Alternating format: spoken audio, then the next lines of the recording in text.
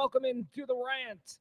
I am Pugs Moran. We do this every day, Monday through Friday, live from the Kelly Moore Memorial Studios in the beautiful, am I hearing it? I'm not hearing it in my headphones.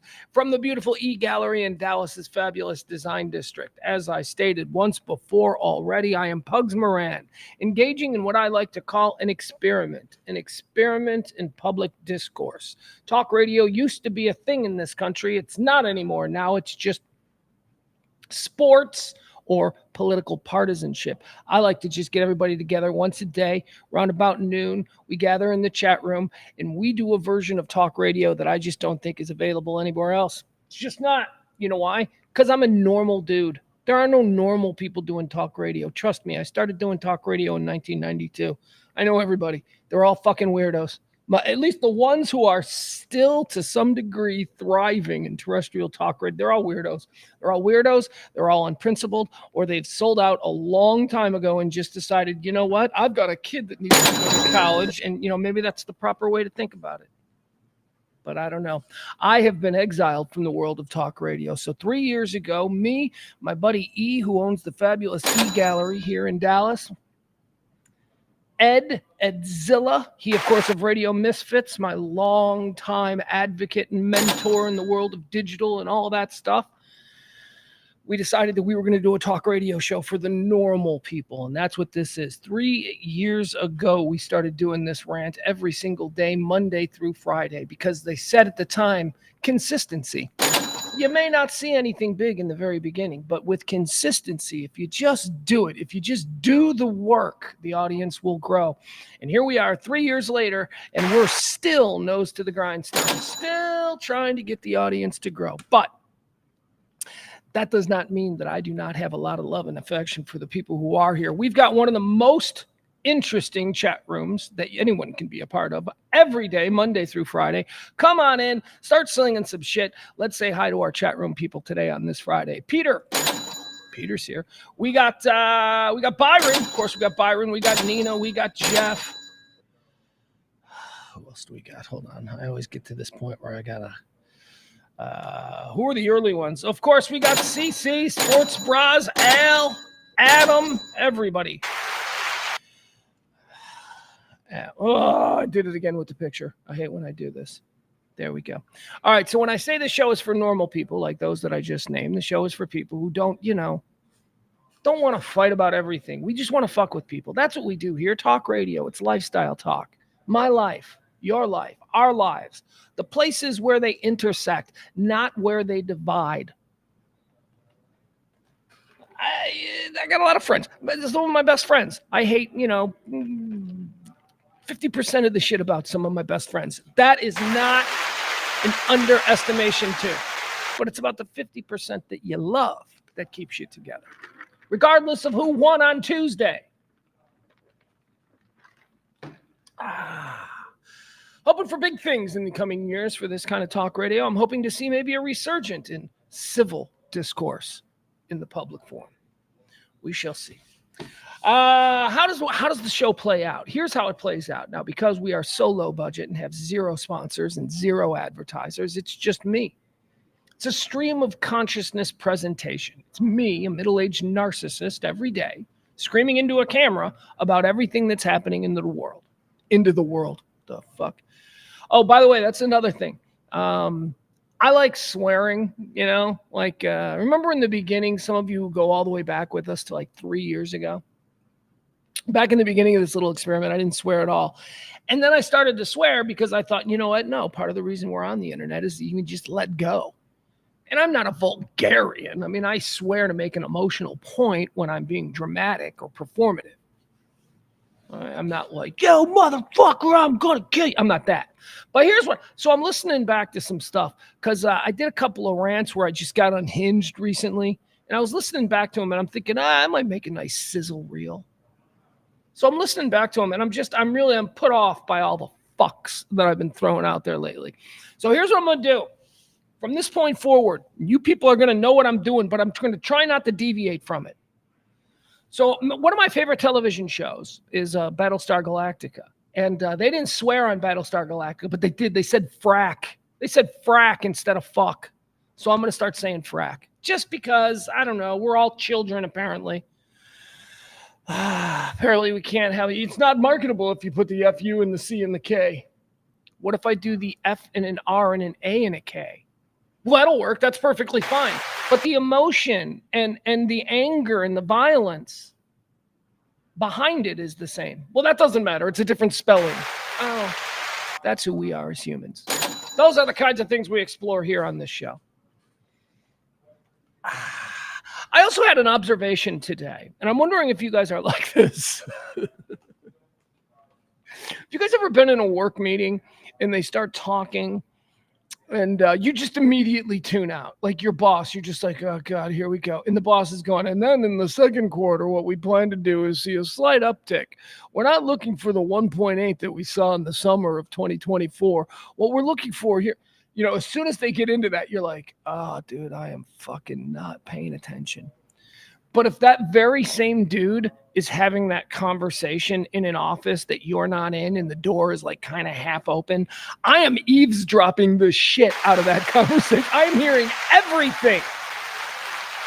If somebody is eavesdropping, I am going to, if I'm eavesdropping, I'm going to listen way better than if I'm actually attending the meeting. So I wish I'd have learned that when I was 20. I just start ditching meetings and hanging out behind ferns and being like, what are they saying? There you go. It was just an observation. Just a little something I thought this morning. The show itself. How do we do this? How do we get you all prepped up on all the day's headlines, hot topics, current events, and whatnot? Well, we break it down. As I said, performed as a stream of consciousness. No breaks, no stops, no nothing. Just me talking, telling stories about the day. We break it down in 4 segments, 4 different quarters. This is just for order, for maintenance, just so that I can stay sort of on point. First quarter we do is called Antecedently on This Day. It's a look back at the events in history that occurred on this day that, quite frankly, not necessarily the most important, but things that I can riff on for a little bit. Quarter 2 is birthdays. These are celebrities, historical people, notable quotables, people who were born on this day. We decide whether or not we like them and wish them a happy birthday, or we just tell them to go kick rocks. Quarter 3 is deads. These are the people who died on this day. Same category of individual, notable, quotable, celebrity, if you will, but they passed away on this day. We look at their lives and we decide based on what we know, and sometimes it's incredibly entry-level knowledge, but based on what we know, we condemn them to either hell or we elevate them to heaven for eternal happiness. Those are the first 3 quarters. That's how they play out. The fourth quarter is all the hot topics and current events and things that people are talking about today. The stated goal of this show is to make sure that you are never accosted by some idiot saying, hey, did you hear about? I want you to be able to say, yes, in fact, I did. Al says, you're blowing smoke up our asses. Forgive me for being so crass. Barney says, Frack and Frel are my favorite fake aunt, swears. Frel? Frel, like for hell? Barney, if people feel the need to sanitize hell? Okay. Frack, though, is good. I do like frack. Shut your fracking mouth. Oh, what the frack? I love it. Peter doesn't think it's going to last too long. Al also thinks I won't be able to do it. You guys know me too well. When I get unhinged, I'll get passionate and I'll start dropping Fs. But I'm going to give it the old college try, as they say, okay? I'm going to give it a shot. That's what we're going to do. What else? What do we have to do here? Any observations? What can I do for the small talk segment? This is how we start the show. Just a little small talk. I usually like to lean heavy on what it is that I did last night. Watched a little of the football game. Apparently, I tuned out way too early. Apparently, that game got real good at the very end, and I missed it. But the Ravens beat the Bengals. My guy Khalil Herbert, my former Bear running back, just got traded to the Bengals this week. So I was tuning in. I'm like, come on, Khalil, because Khalil's a good little running back. We just didn't need his style of running back. We've got cheaper guys. So we traded Khalil to Cincinnati, and he gets in the game, and I'm like, here we go. This is going to be great for their offense. I mean, they're a pretty good offense. That offense in Cincinnati is great. It's the defense that is absolute trash. Khalil Herbert gets into the game. His very first carry, he fumbles. Oh, I felt so bad for him. He's been in town like 2 weeks. He's probably had possession of his game uniform for less than 3 hours. And he gets in the game and he fumbles. First one. Poor Khalil. He'll be fine. Khalil Herbert's a good little running back. He'll be fine. Let's see. What else did I do? Oh, you know what I did last night? This is interesting. I was telling you about how, because there is really nothing on TV right now. There are no series that I can binge yet. There's a number of series, and I'm waiting so that I have all the series loaded the entire season, and then I'll binge them. But there's nothing really for me to watch. So what I've been doing is I've been going back and I've been watching comedy series. I think comedy is something that I need in my life. The great comedy series, or at least as far as I deem them. You know, I was going back. We're rewatching Soap. Remember Soap? So I'm rewatching Soap. Edzilla, RadioMisfits.com, and I are launching in the new year a full Soap retrospect podcast called Washed Up? Is that it? I don't know. Ed's good with the names. He came up with it. So we're doing that. I'm re-binging episodes of Arrested Development. Just whatever shows that I think are like the top comedies. Jumping into some Community, right? Doing some What We Do in the Shadows, re-binging that. But It's Always Sunny in Philadelphia. That's the biggest commitment because there's like 17 seasons of that. So I just decided that I couldn't do it from the beginning because I can't do 17 seasons. So I just randomly jumped in at like season 8 and went from there. Well, after a couple of months, I'm done. I'm done with It's Always Sunny. And so what I decided to do is go back. Now, my pro tip for people, because I think there's a lot of people out there, because It's Always Sunny in Philadelphia aired on FX, there's a lot of people that don't really give it much credence. They don't really think about it. If you know me, you know that I am a television weirdo. Like I watch it all. I have hosted podcasts throughout the years based solely on the shows that I watch. May I direct your attention to the series I did called The Watch List with my friend, the late, great Gary Marthaler. The Watch List was that. The old Pugs and Kelly show that I did with the late, great Kelly Moore. Everybody's dying. Everybody's dying on me. All my partners. It's best I continue to do this show alone. With Kelly, the show that I did with her every day, we did a segment called The Watch List, where what are we going to watch? So I take television watching seriously. So please don't think that I'm just some dumbass fucking meathead who thinks Home Improvement is one of the great television shows of all time. I don't. I have very exotic tastes when I tell you the greatest television series, situation comedy, ever produced is without question at this point, It's Always Sunny in Philadelphia. It checks every box. It checks every box from incredible comedy writing. It's incredible comedy performances. Everybody on that show is so perfectly cast. To just the most fearless storylines. I watched an episode last night called Charlie Gets Cancer, and it was just all about how funny it is to get cancer. That is fucking fearless television. And I'm pretty sure the reason that it survived 17 seasons is because it was on FX. And a lot of people were like, well, that's not a real network sitcom. That's not like an ABC, but it is. It's the best. So anyway, my pro tip on It's Always Sunny when I'm telling people and I'm singing its praises, because people are like, I never saw it. Is it really that good? I'm like, yeah, no, it's really that funny. It's really that funny of a TV series. So my pro tip is always to tell people to skip season 1. I say skip season 1. Just there's 16 seasons. Obviously, the characters have changed and they've morphed. Season 1 doesn't even include Danny DeVito, who plays the character of Frank Reynolds, who is like one of the funniest things in the history of television. I mean, really, if you think Danny DeVito's great, and you're like he was Louis Palmer in Taxi, nobody's ever going to be better than that. No, this fucking character, fracking. Excuse me, I already did it. Swear jar. That's all we need. We need a swear jar. Put a little something in there. Where was I? It's Always Sunny is great. So anyway, I always tell people don't watch the first season because it doesn't include Danny DeVito. Danny DeVito as Frank Reynolds is better than Louis De Palma. He's hysterical.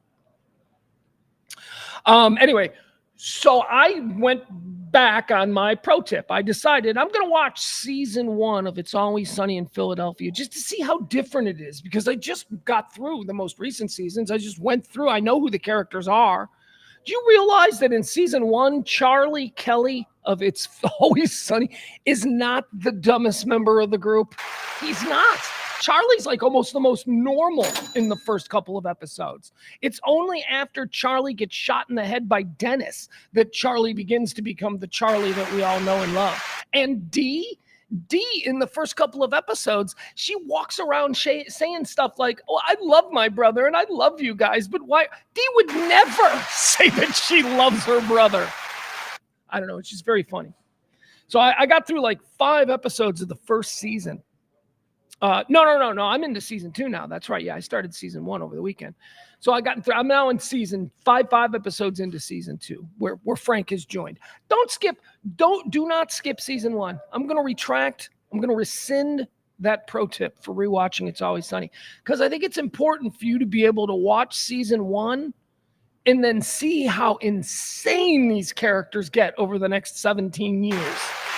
Because it's way different. It's still funny. Like the first episode is the gang gets racist. That's the very first episode where Dee starts dating a black guy, and like they're weirded out by it because Dee's never dated a black guy and they don't have any black friends. It's funny. Fearless social satire. It is brilliant. If you think Archie Bunker was brilliant, then you got to think It's Always Sunny is just as brilliant, if not more.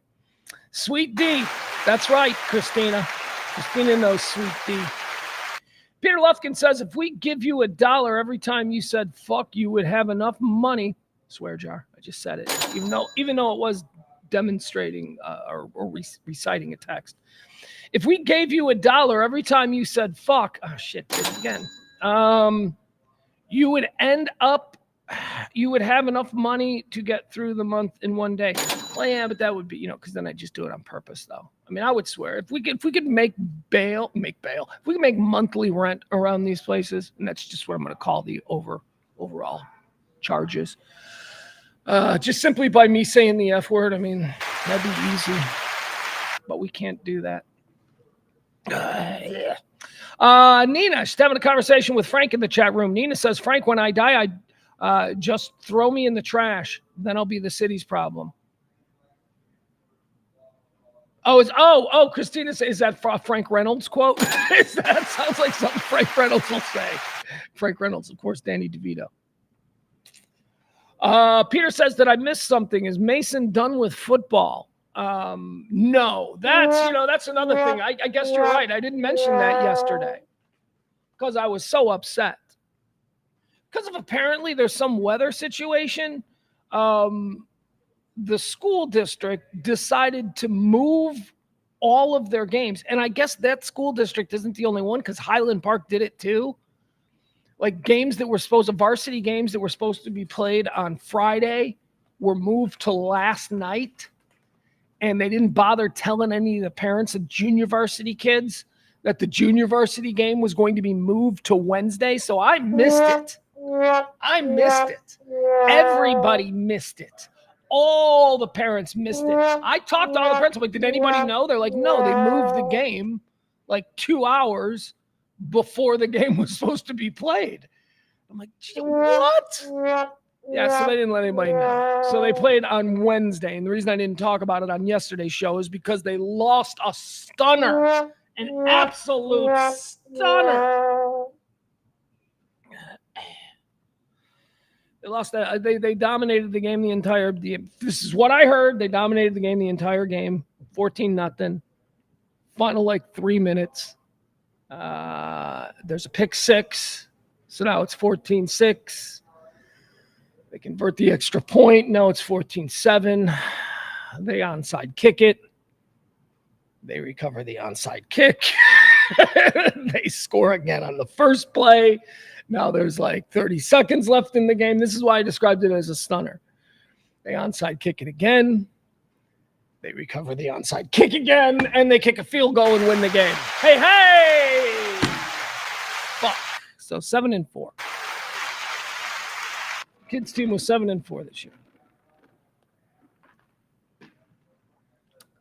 Not undefeated like last year. Didn't win the district. 7-4 was not good enough to win the district. That honor goes to Plano Central, who will be this year's district champions. Adam, why are they throwing up 14 with 3 minutes to go? Dude, I can't break it down. I can't break it down for you. I wasn't there. None of the parents that I talked to were there. I got the information from a kid who was absolutely friggin' livid with his teammates.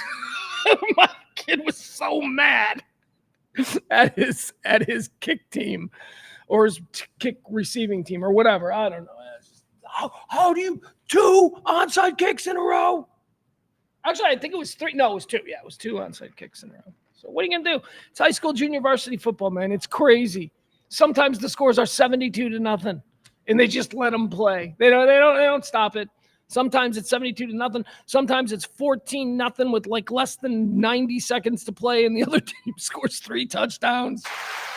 That's crazy. Those are the legends of high school football. Ugh. Fun, though. Good season. Fun season. So now we'll see. Now it's drama. Now I got to get him into theater. Now he's like, Dad, I want to do theater. I want to do some comedy. I want to do some improv comedy. I'm like, you're 15. I don't know that we're gonna let you move to the big city and try your life as an improv comedian. You're 15. You may have to keep doing silly stuff in your room and recording it. That's.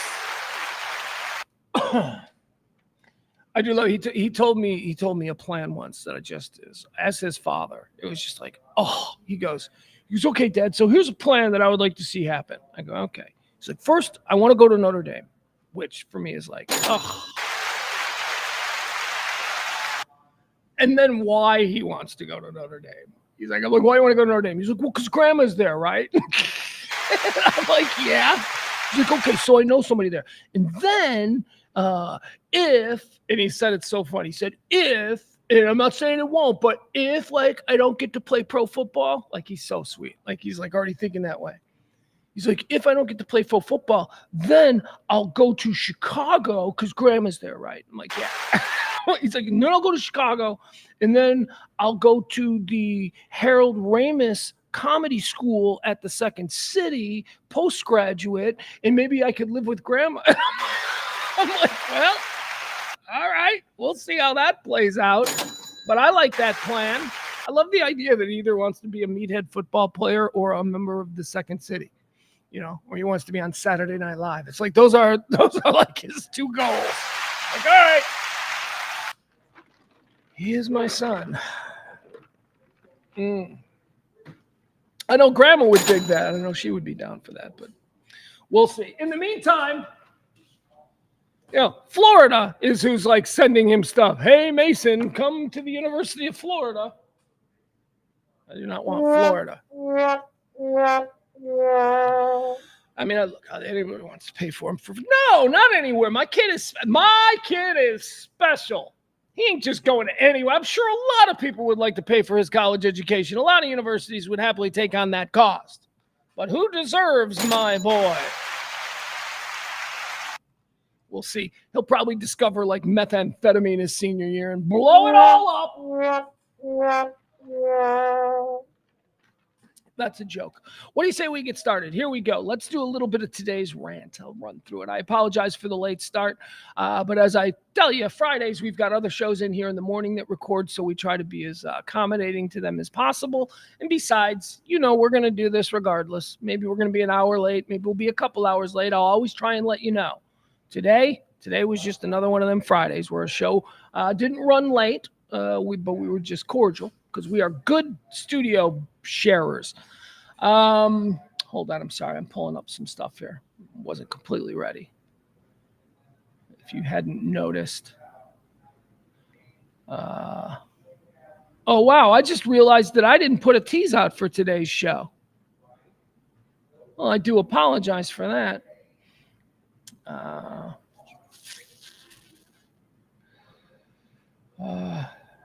My video feed keeps freezing up, huh? We're having video problems. Are there storms going on? I know it's supposed to be a bad stormy day. Are we having issues with our is it supposed to be a bad stormy day? I don't know. All right, that's good. Oh, here's another thing for our small talk segment. Have you guys ever purchased a phone charger from either the dollar store or Five Below? Have you? Because I don't understand how this is allowed to be a thing in America. Well, actually, I do understand because there are no rules anymore in America. We can do whatever we want. Here's my theory. I have bought countless, and maybe this is on me. Maybe I don't learn my lesson, but I'm an optimist, and I keep thinking that this can't be the reality of the situation. I have bought a number of phone chargers from both the dollar store or Five Below because you can always use another one and you shove them in your glove box. And then when it comes time to use them, they never work. Never. I have never purchased a phone cord charger from either Dollar Tree or Five Below that ever worked.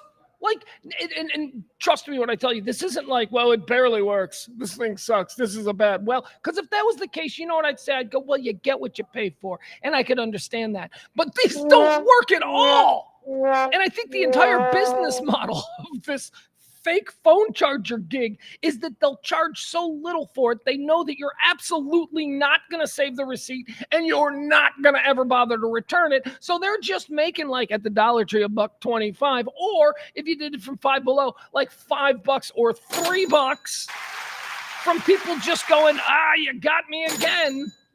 I mean, it's not just me, right? I mean, you guys have thought that. You guys have been at one of those stores and gone, well, it's always good to have a spare charger, and then gone to use it, and it doesn't work. It's amazing that a business like that is legally allowed to operate in this country. They just openly sell stuff that doesn't do what you, the consumer, think it's supposed to do. They don't work. I mean, I've said to people, do you think there's anything in here? Like when you're holding the cord, like, is there anything in here, or is this just yarn? Is this just yarn with a couple of things attached to the end? There is no cable running through. There's nothing.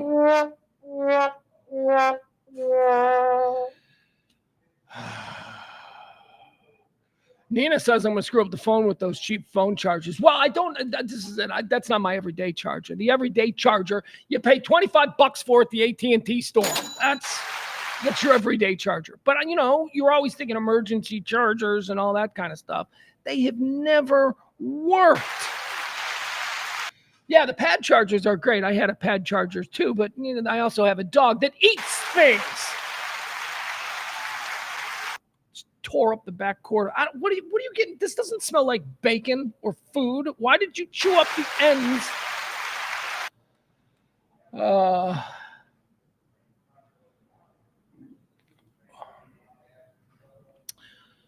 I don't know what Adam says. I just stock up at work at Woot.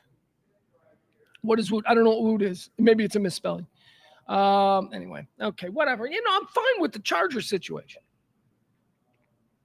I just did an emergency situation this morning. I reached into my glove box to grab a phone charger, and it didn't work. It didn't do anything. I'm like, this is unbelievable. This is insane. All right, let's get started. It is the Rant with me, Pugs Moran, from the beautiful Kelly Moore Memorial Studios in the E Gallery in Dallas's awesome design district. It is November the 8th. That's right, November the 8th. 313 pages have been torn from the 2024 calendar. That means there's only 53 left. So get those New Year's Eve plans started. I feel like we should do a New Year's Eve soiree here at the E Gallery. I don't know. We'll keep you posted. We're going to do something. We got to do something. Time for quarter one, antecedently on this day. This is where we take a look at the events that have helped shape our understanding of what November the 8th has meant in years past. You might call it this day in history, or possibly even previously on November the 8th. Around these parts, we call it antecedently on this day. In 1889, Montana is admitted as the 41st state. Thank you, Montana. Montana is the jet ski in the driveway of the United States. We bought it. We bought Montana in 1889, made it our 41st state, put it right there in the driveway. We're going to use it someday. Haven't figured out a way to use it. Looks cool. Looks cool. People drive by. They're like, wow, look at Montana. Those people must be lake people. They must go out and have a lot of fun. Look at that. And then it never leaves your driveway. Admit it, you've never been to Montana. You can probably sit around and be like, I've been to this state and that state and that state. Montana is one you've never been to. Never been there. You've never been to Montana. None of you. Nobody in the chat room right now has ever been to Montana. And if you're saying that you have, you're lying. I'm not even sure it's real. Antecedently on this day in the year 1923, the Beer Hall Putsch occurs.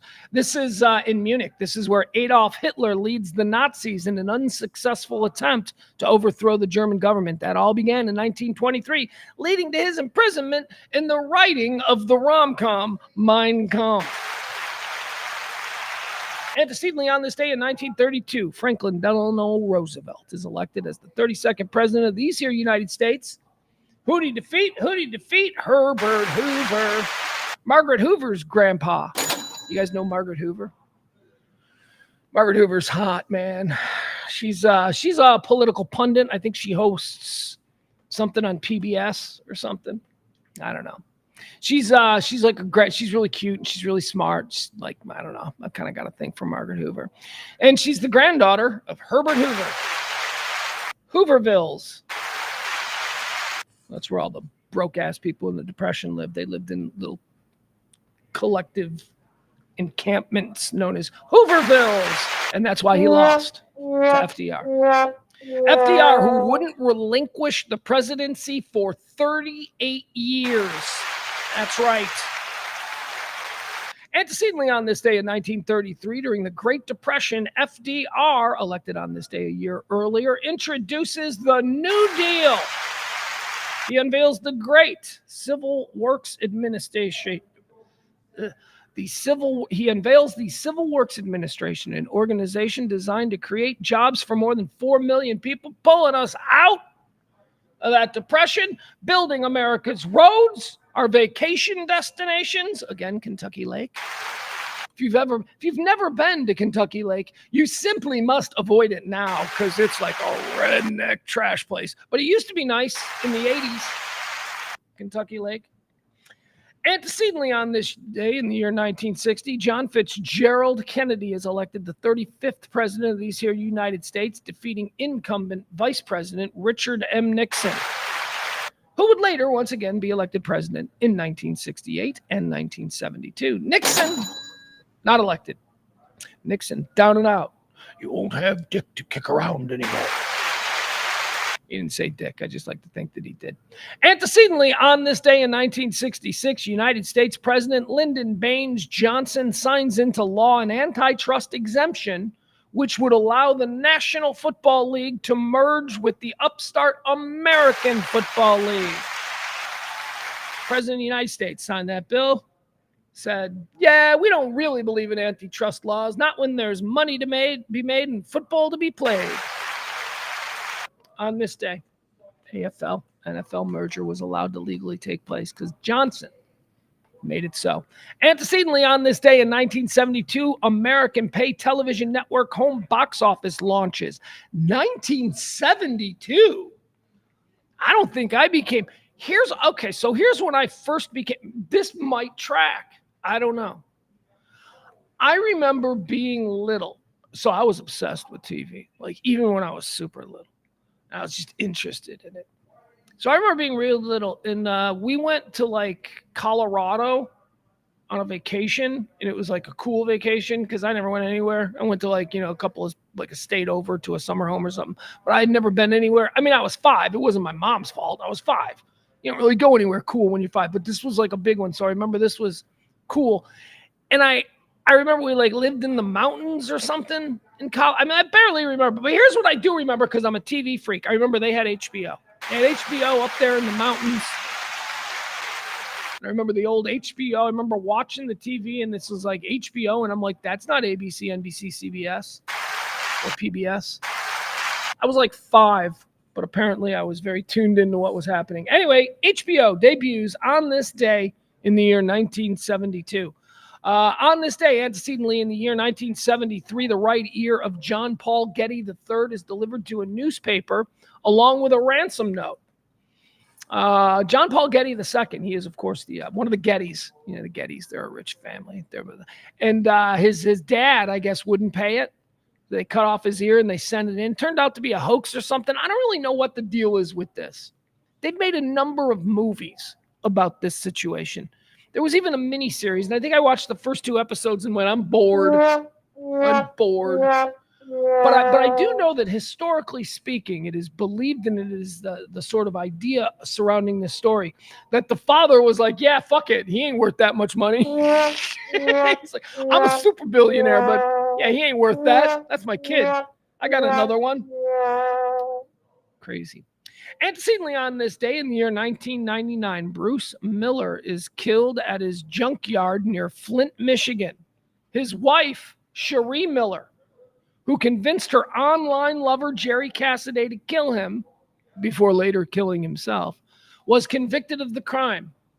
Why is this important? This just sounds like trailer trash mayhem, right?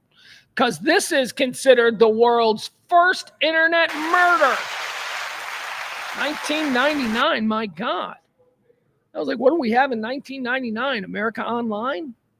What were people doing in 1999 online? Chat room? Were there chat rooms? There were chat rooms then, right? Message boards? I don't know. Antecedently on this day in the year 2011, the potentially hazardous asteroid YU-55 passes, basically an asteroid on this day in 2011 passed closer to the Earth than it was ever, or than any asteroid had ever passed. They didn't see it. They totally missed it, and nothing happened. So there you have it. I don't even remember this story, but apparently it's a big deal in science circles. Wasn't a big deal on the day because they missed it. If they had seen it, they'd have given you 2 weeks of an asteroid is coming closer than that, but they missed it. Fucking the closest asteroid ever. They missed it. How's that make you feel? Sleep well. Sleep well. They freaking missed it. All right, that's going to do it. Antecedently on this day, let's get into some birthdays, celebrities, notable quotables, people born on this day. Born on this day in 1836. Do we wish him a happy birthday or a big go kick rocks loser? Milton Bradley. Not the baseball player. Milton Bradley, the guy who created all the board games. What do we think of him? What is a Milton Bradley game? Like what games? All right, I guess I got to figure out what games did he invent, right? Milton Bradley games. Okay, let's see. What games has the world been given from Milton Bradley? All right, well, right out of the box, man, I got to say, he's on his way to heaven because this is one of my favorite games as a kid, Battleship. Milton Bradley gave the world Battleship. Connect 4. Oh my God, I'm loving this guy. He made games for stupid kids, and that's what Connect 4 is a game for a stupid kid, and that's why we could all play it. I loved it. Connect 4. That's good. What else did Milton Bradley do? Hold on. Maybe we'll do this one. No, you know what? They got way too much shit. Oh my God, they've been cranking shit out forever. I'm on a Wikipedia list of Milton Bradley products. Barrel of Monkeys, Battleship, Candyland. All right, you know what? Happy birthday. He made Candyland.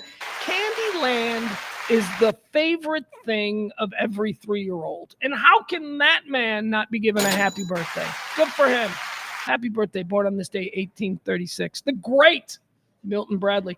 Born on this day in 1847, Irish writer, probably a weirdo, Bram Stoker, writer of Dracula.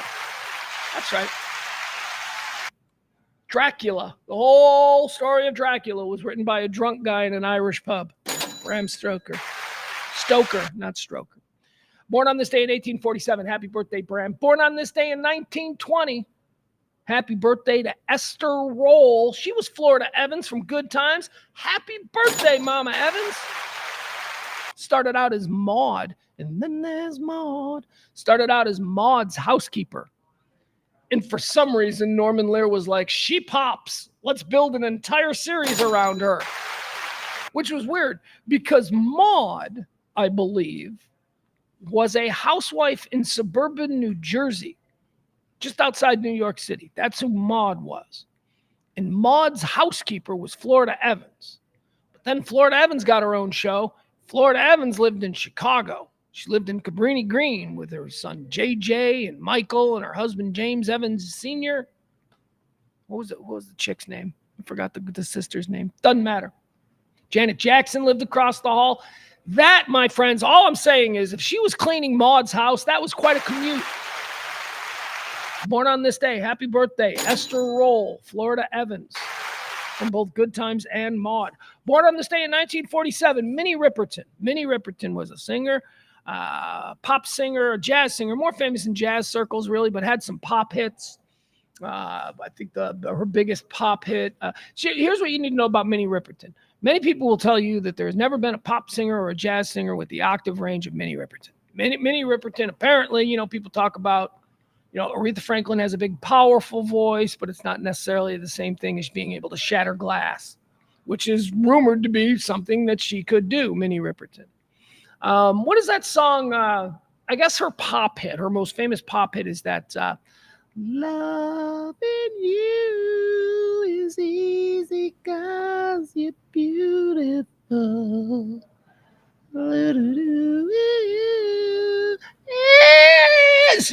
Nobody can get up there. She could. Minnie Riperton died of cancer. She was a great singer. She's also the mother of Maya Rudolph. There you go. Buried the lead. Maya Rudolph just lost 4 years worth of work. She was going to be Kamala Harris for 4 years, and not anymore. Although I don't know. Worked out well for Tina Fey. Sarah Palin exited the national scene and still worked out good for her. So we'll see. Minnie Riperton, happy birthday. Born on this day in 1947. Born on this day in 1950, Mary Hart. Entertainment Tonight. Entertainment Tonight. Entertainment Tonight. Ba-da-bum-bum-bum. Entertainment Tonight, Mary Hart. She's very important. Not that this was her idea, but she was the person who they used to do this. Mary Hart, Entertainment Tonight, you have to understand, was a news program, a weekly news program that was entirely dedicated to entertainment. Now, I know you know what Entertainment Tonight is because it's been on for like 40 years. But when it first debuted, it was just a nightly TV show presented like a news show with two anchors that was just all about TV and movies and music and all that stuff. And boy, let me tell you, the first couple of years of Entertainment Tonight, this kid was all about it. Every night, I watched it every night. You got to understand, we didn't have the internet. There was no TMZ. It was where you would go every night, 6:30, Entertainment Tonight. It's where the world was first introduced to a John Tesh, that Frankenstein. So Mary Hart was, I believe, the first anchor. She was a nobody. Nobody had ever heard Mary Hart before, but she was hot. And it was entertainment. So here's why Mary Hart is important. Mary Hart was the first news anchor where somebody, probably a director or more likely a producer or network executive, was looking at the stage set and went, my God, is she freaking hot. She has smoke show legs. Why is she behind a desk? And Mary Hart was the reason that half the news shows in America that have hot women leads are not behind a desk. They are maybe at a desk, but it's a glass and you can see the legs underneath it, or they're on a couch and you can see the legs. But that was Mary Hart. Mary Hart's legs. Rumored to be insured by Lloyd's of London for $1 million a piece back in the day. Mary Hart, born on this day in 1950. Born on this day in 1961, Leif Garrett. Oh, man, how would you like to just be Leif Garrett for 6 months in 1979? Come on. Just saying. I know things didn't ultimately end up great for Leif Garrett, but I might take those 6 months that Leif Garrett undeniably had in 1979. Leif Garrett, born on this day in 1961. Born on this day in 1968. We're gonna stop down. We're gonna take a little moment because we're gonna give a queen her due. Born on this day in 1968. She's a queen. She's a queen. I every time I make a list of my favorite actresses, I always get to my top 5, and then I think of her, and I'm like, well, she's not top 6. She's definitely a top 3. Where do I put her? It's been about 30 years now since I first discovered her. She's the coolest fucking actress in Hollywood. And tip jar. She's the coolest fracking actress in Hollywood. She doesn't care about fame. She just wants to do cool, fun stuff and hang out with interesting people and live like a really low-key, badass, I get to pretend for a living life. She's awesome. She's born on this day in 1968. Parker Posey. The queen. She's just the queen of bitches. You know how I like bitches, right? But she's a funny bitch. She's like a funny bitch who's not, I don't know, incredible character actress. She's got kind of beautiful. I mean, she's kind of beautiful, but she doesn't like she's not like you don't think of Parker Posey as hot. I think. I don't know. Maybe you do. I don't. I just think of her as just like a whirlwind. Just this amazingly funny actress who can play these characters.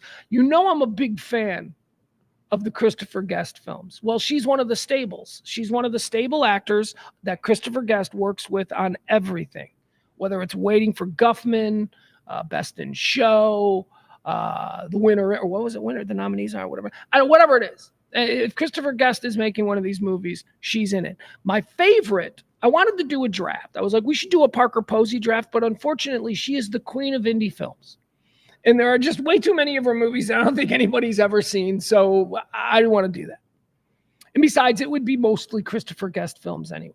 But I want to play this scene. This is one of my favorite scenes, and it's one of my favorite characters ever in a film, and it's from one of my favorite films. It's from Christopher Guest's Best in Show.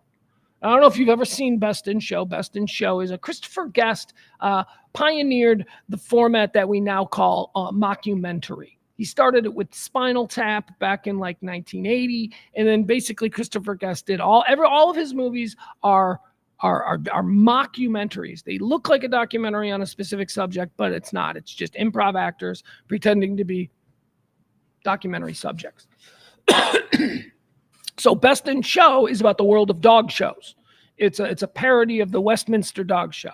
And Best in Show is a mockumentary about the people who enter their dogs in dog shows. And it's brilliant. If you love dogs, you know, you're going to, first of all, the subject matter is funny because dogs are so funny. And these great improv specifically trained to react in the moment without scripts. I mean, they're just perfect for working with dogs. Because anyway, Parker Posey plays a woman who has a dog with her husband. They're yuppie. She's a yuppie. She is the worst yuppie. She is the embodiment of everything that you hated about the up-and-coming moneyed class of, say, 1990 or whenever the hell this movie came out. And they've got a dog, and their dog is like a show dog, and they're very obsessive. They're winners. They're yuppies. We must win. And they're incredibly fucking intense as a couple. And obviously the dog is fucked up because the dog has these two owners who are like so fucking intense. So anyway, this is the Busy Bee scene. The dog's getting ready to perform at the dog show. And Mom and Dad, starring Parker Posey, our birthday girl, are backstage trying to calm the dog down before its big moment. But the problem is that the dog has lost its Busy Bee. Busy Bee is the dog's squeaky toy. And remember, they're trying to calm the dog down. And Busy Bee is missing. Here she is, the queen, Parker Posey. Let's watch this. Enjoy. What do you want? What do you want more than anything in the world? You want the big blue ribbon? That's what you want. You want red? No, you don't want red. You want yellow? No, you don't want yellow. You want to go home with the blue. What do you see in front of me? What do you see in front of me? You see a big blue ribbon. It's right here in front of you. You want it? You come and you grab it. You get it. She's not listening to you. She's freaking out. Well, get the Busy Bee. You want your Busy Bee. You get your Busy Bee. You get the Busy Bee. I need to trim her whiskers. It's in the crate. Where is it? It's in the crate. Why didn't you have it out to begin with? Where is the crate? It's not in here. It's not in here. It should be in the crate. It's not in the crate. I just told you that. God, Hamilton, if she doesn't get her door, she's gonna flip out. Damn. It's not in here. You left it at the hotel. You go back and you get her Busy Bee. Go to the hotel and get Busy Bee. Run! Run! Go! Mommy's getting your toy. Don't you worry. No, we had a little discussion. Look at me. Look at me. Don't look at anybody else. Don't look at the fat-ass losers or freaks. You look at me! All right, there you go. Get Busy Bee. Parker Posey. It's her birthday. She's the best. Boy, that dog is really anxious. I wonder why. I wonder why that dog is stressed out. I wonder why that dog is peeing on the rug. Busy Bee. Get Busy Bee. And then there's a scene where she goes to a pet store. She's running down the street to try and find Busy Bee because she can't find it in the hotel room. She goes to a pet store, and the poor pet store guy is just showing her different stuffed animals. Some have wings. None of them are Busy Bee, and she gets so mad. She's cussing them out. Parker Posey, happy birthday! Born on this day in 1968. She is so awesome. Born on this day in 1974. Here's somebody else who's pretty awesome. Matthew Rhys. Matthew Rhys. He's a Welsh actor. He's another one of these British guys that comes over here and does American roles. Stealing jobs. Where are our theater kids going to get their jobs if we keep letting these Welsh actors over here doing American accents? He's the star of The Americans. I don't know if you've ever seen The Americans on FX. Tremendous show. Great show about embedded Soviet-era spies set during the Cold War 80s. They live in suburban Washington, D.C. They're regular American people, except they're not. They're Soviet spies. Matthew Rhys, born on this day, 1974. Born on this day, 1985, Jack Osborne. Jack Osborne, son of Ozzy. What do we know about Jack? Is Jack sick, right? Didn't he get sick? Didn't he have something? He's got something sad. There's something sad about Jack Osborne. That's why we're going to move on. Happy birthday, Jack. Born on this day in 1985. Born on this day in 1989, Giancarlo Stanton. Giancarlo Stanton, New York Yankees. I don't know what to make of this guy. Here's my deal with Giancarlo Stanton. See, I'm an old baseball head. I remember when he was Mike. Mike Stanton. Mike Stanton played, was it the Rays, right? Was it the Rays or the Marlins? I don't know, somewhere in Florida. He was down there somewhere in Florida. Mike Stanton. You know who else pulled this shit? Albert Bell. Albert Bell pulled this shit. Albert Bell, for like the first 5 years of his career, was named Joey Bell. And then all of a sudden, he's like, no, I'm Albert now. All right. Whatever, dude. Mike Stanton did the same thing. Mike Stanton's like, hey, I'm getting kind of famous, and Mike Stanton's a lame name. Maybe I'm going to jazz it up. I'm going to sound very international. I'm going with Giancarlo.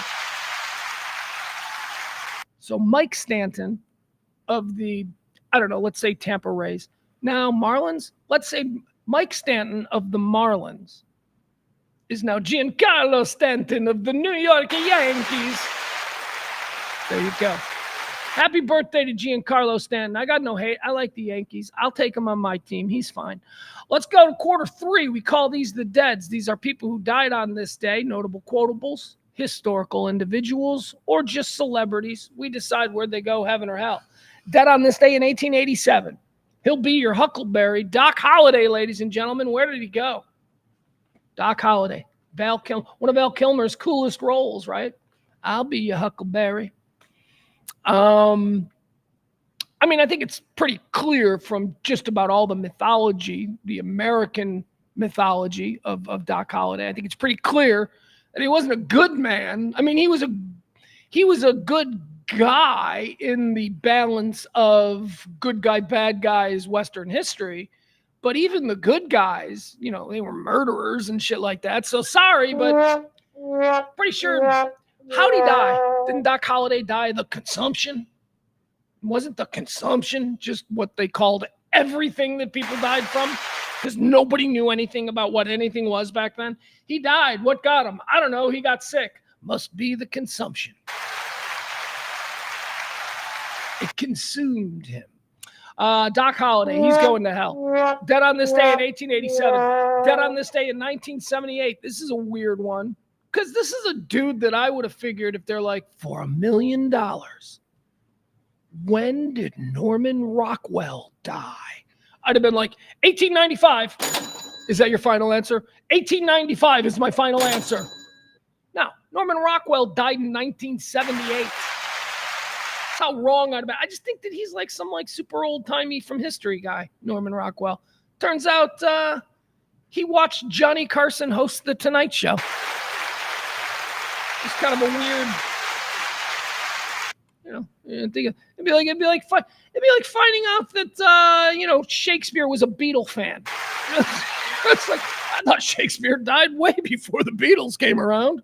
No, Norman Rockwell, American. Well, look, we all know what Norman Rockwell was. I don't know that he was a good painter. I'll tell you this: he was a cool painter. Art, the act of creation, whatever it is that you do. If you are an actor who is creating a character to present to people to change their mood, if you are somebody who stands in front of a blank canvas with a bunch of paints, and at the end of a night, you've now created something that wasn't there when you started. You're a writer. You sit behind a blank page at a typewriter, and you start thinking of crazy shit, and you start writing it down. You're a creator. You got my respect. Okay, that's across the board. If you are a creator, if you can build something where there was nothing, the art of creation, you can do it from just your own fucking head, fracking head. There we go. Swore again. And I got respect for you. And I will say this: I guess I don't know what the popular reaction to Norman Rockwell as an artist, but I will tell you this: that man stood in front of a blank canvas.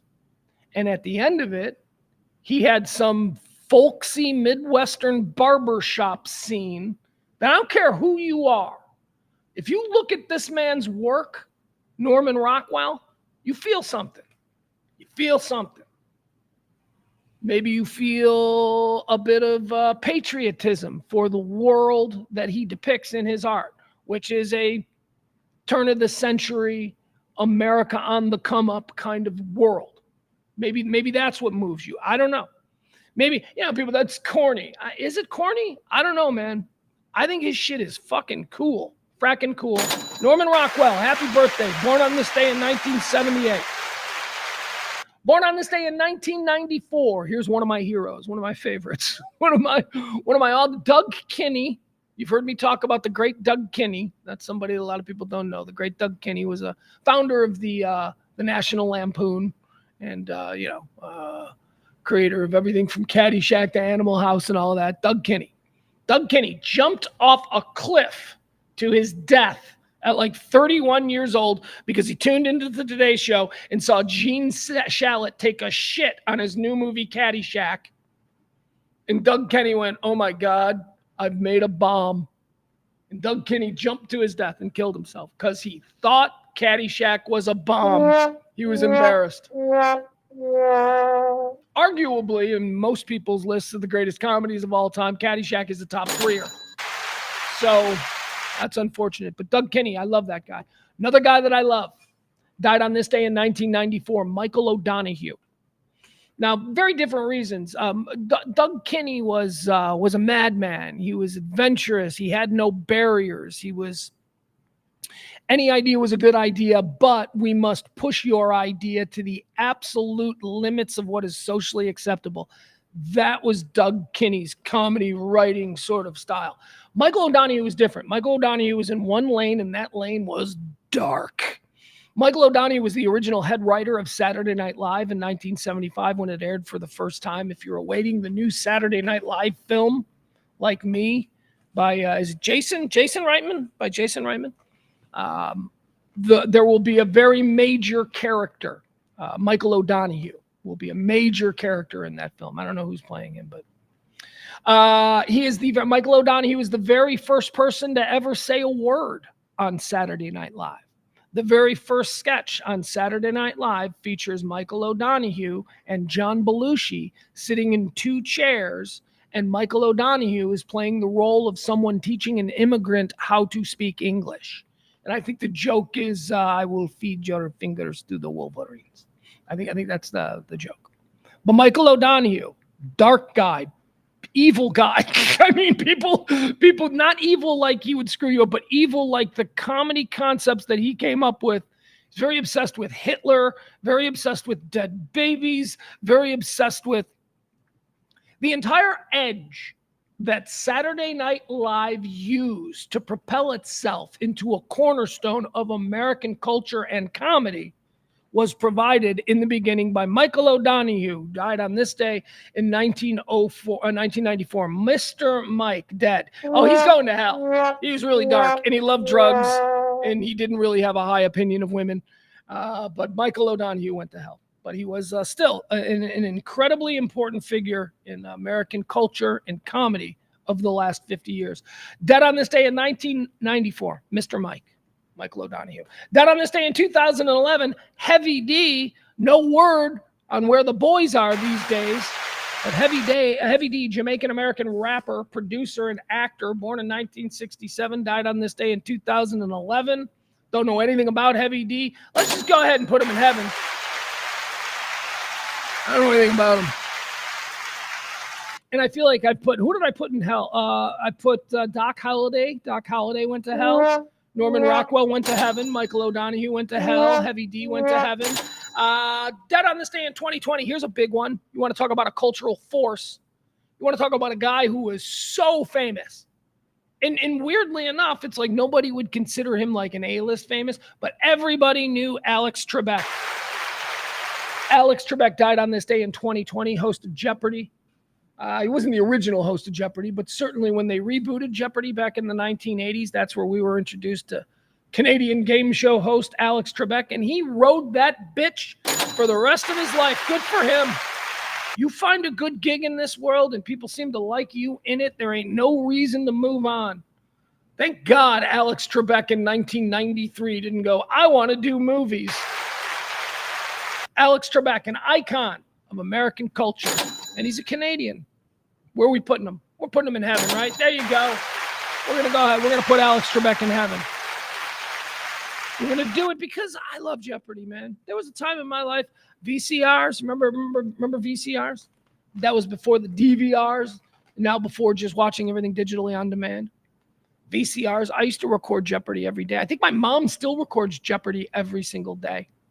That's good. Older people, my mom's not old yet, but you got to start working to stave off being old when you're old.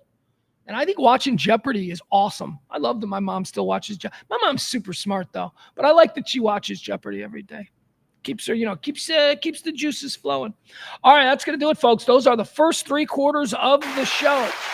We've gone through the history. We've gone through the birthdays. We've gone through the deads. Now it's time to talk about the issues that are actually affecting us today. These are the headlines, hot topics, current events, and everything else that people are buzzing about. First and foremost, let's say hello and welcome into somebody I never heard of before. Never heard of this person before, but they are famous now, and they're about to be extremely famous, and there you go. Good for them. Susie Wiles has been named Chief of Staff for President Trump's new incoming administration. Susie Wiles was his campaign manager. And I have never heard of her before. I don't know anything about her. This is one of those situations now where we rely on the so-called expert class, the pundit class, who does know who she is. And, it's all been incredibly glowing. Even the people on the Democratic side who, are on these panels on CNN or whatever it is that you're watching, even those people are like, no, she is a competent, decent, effective woman. This is actually a really good choice for him. So we will see. He didn't look, this is what I've been saying about this to all of you people that are freaking out about fascism and mass deportations. He is an old man. He's an old man who was deeply wounded and seriously humiliated by what happened in 2020. He is a narcissist of the highest order, and he has been for 80 years. He needed to win. He needed to win that seat back to show them. And he was willing to do whatever it took to win that seat back. Because on the other side of it, who knows with all of these court cases and stuff. So I believe that what we saw out of President Trump, especially in the last couple of months, was a desperate man willing to say whatever he needed to say in front of the people who could get him across the finish line. And that's what I think he did. And the first time he was president from 2016 to 2020, I think, he's a smart man. I think that the entire plan of the first term was to get elected to a second term. That's the problem with our system, really. That's almost all the presidents now. First-term presidents are going to constantly be governing so that they get elected to a second term instead of doing what is actually in the best interest of the country in the moment, even if it is misinterpreted and looks bad. I think there is a chance that this guy who knows he is not going to be running again in 4 years, and I think he knows that. Come on, don't kid yourself. I think there's a chance he now begins to legacy build, where he now wants that narcissist that I keep telling you about. He wants people to love him. He wants to be friends with the coolest people. He wants to sit at the lunch table where the prettiest girls are and the smartest guys and the quickest wits. He wants that. He's always wanted that from the 1980s on. And because of that, I think you're going to see a much different Trump. I'm not saying you see liberal Trump. There's no such thing. He's not liberal. But I think you are going to see a President Trump who wants high schools named after him. And not just in Alabama and Mississippi. I think there's a possibility you're going to see a President Trump who is not going to be as polarizing, who is going to make efforts to reach out across the aisle and to fix things that seem unfixable. They got us all ginned up. See, I tell you this all the time. We're the ones who hate the other side. We're the ones who were effectively ginned up. These people at the top doing the ginning, they're professionals. They understand the game. You see, Trump and Biden are going to lunch. They've talked on the phone twice now. They're going to lunch. This, I believe, is something that Trump could possibly do, which is do everything right this time. To mend these fences with people like Joe Biden, to mend these fences. Adam is dead opposed to the notion that Joe Biden is going to pardon Trump. I'm not. I think it's a foregone conclusion. I think Biden is absolutely going to pardon Trump. And I think Trump is going to pardon Hunter. Not because necessarily it's in the best interest of the country, because I think that's how it's going to be presented by both sides. Both sides, the Trump side and the Biden side. They will not war. They'll work out a way that throughout the transition and in the first 100 days, it's not going to be. I got the feeling. And that feeling was compounded last night when they're all talking about, they're going to lunch. They're going to hang out together. A couple of old men who are some of the, last 3 people on the planet who actually know what it is to be president of the United States. So all of these people, the crazy lunatic on the left, right? And look, I always got to say this to be fair, because I don't want somebody checking out this show and thinking that I only think there are lunatics on the left. There are lunatics on the right. We've seen that. But the lunatics on the left who are, like, he's going to be fascism and blah, blah, blah. I don't think so, man. I think this guy wants high schools. I think this guy wants a national airport. I think this guy wants those things. He's already the greatest political comeback story in history. The only thing left for him to do is die a beloved American icon. He doesn't have that right now because half the freaking country thinks he's a monster. He's got 4 years to fix that. He's got 4 years to change that. He's got 4 years to do nothing but a coast-to-coast PR campaign where he's the lovable papa. I hate to go Stalin, but it's kind of that Uncle Joe kind of thing that Stalin utilized before World War, before everything went to shit. Papa will take care. Papa's cool. Everybody loves Papa. I don't know. I refuse in these days following this election to, think that this is the end of America. I don't believe any of that rhetoric. I don't believe any of it. Got a flag behind me. That flag is going to stay forever, people. I promise you that. Because every society lives from. No, I know that we are on a time. We are on a timer. The United States, this world, the way we live, the way we coexist in this world, we are on an egg timer. They all end. You think that, like, at the height and smack dab in the middle of the Roman Empire when they were controlling the entire world, do you think anybody went, this is never going to end? No, I mean, Everything ends. America will end. But not now, not in the next 4 years. It's going to be fine. And trust me, if you tune in here every day, as soon as it starts to not be, I'll let you know. I will let you know as these things pop up. I will promise that I will express my concerns now. I'm going to be fair, and I'm going to be optimistic, and I'm going to just tell these stupid idiots on the left talking about all kinds of awful that. Just shut your mouth, man. You're embarrassing yourselves. Seeing a lot more talk about something, too, that I've been talking openly in the last couple of days. And I mentioned this. Look, I think you guys know I've always been advocating for the middle class and the disenfranchised working class. That's my thing, man. Those are my people. It's who I want to be a part of. Those are the people who I like to be around. So there's a lot of talk now about how those are the people that swung this election, that those are the people that the Democratic Party has lost. I mean, it used to be their part. That used to be their. I mean, I don't know if there's a third party. I don't know. Well, I don't know. Let's see here. Adam says, man, your white male privilege is showing hard. Yeah, I mean, I guess I can't push back on that. You're right. My worldview, my ideology, and my life experience has afforded me this position. I mean, what am I supposed to do? I'm sorry. Yeah, my perspective is that I'm willing to be optimistic. And Adam, the white male privilege, Adam, you're a Hispanic male. It was you guys. White male privilege. I don't know what to tell you. Working class privileges. That working class anger maybe is what I'm trying to put out there. I don't know. White male privilege. Because I'm willing to hope that somebody who has been terribly polarizing and yet quite undeniably popular. We have that. That's a fact. That election proved he's undeniably popular.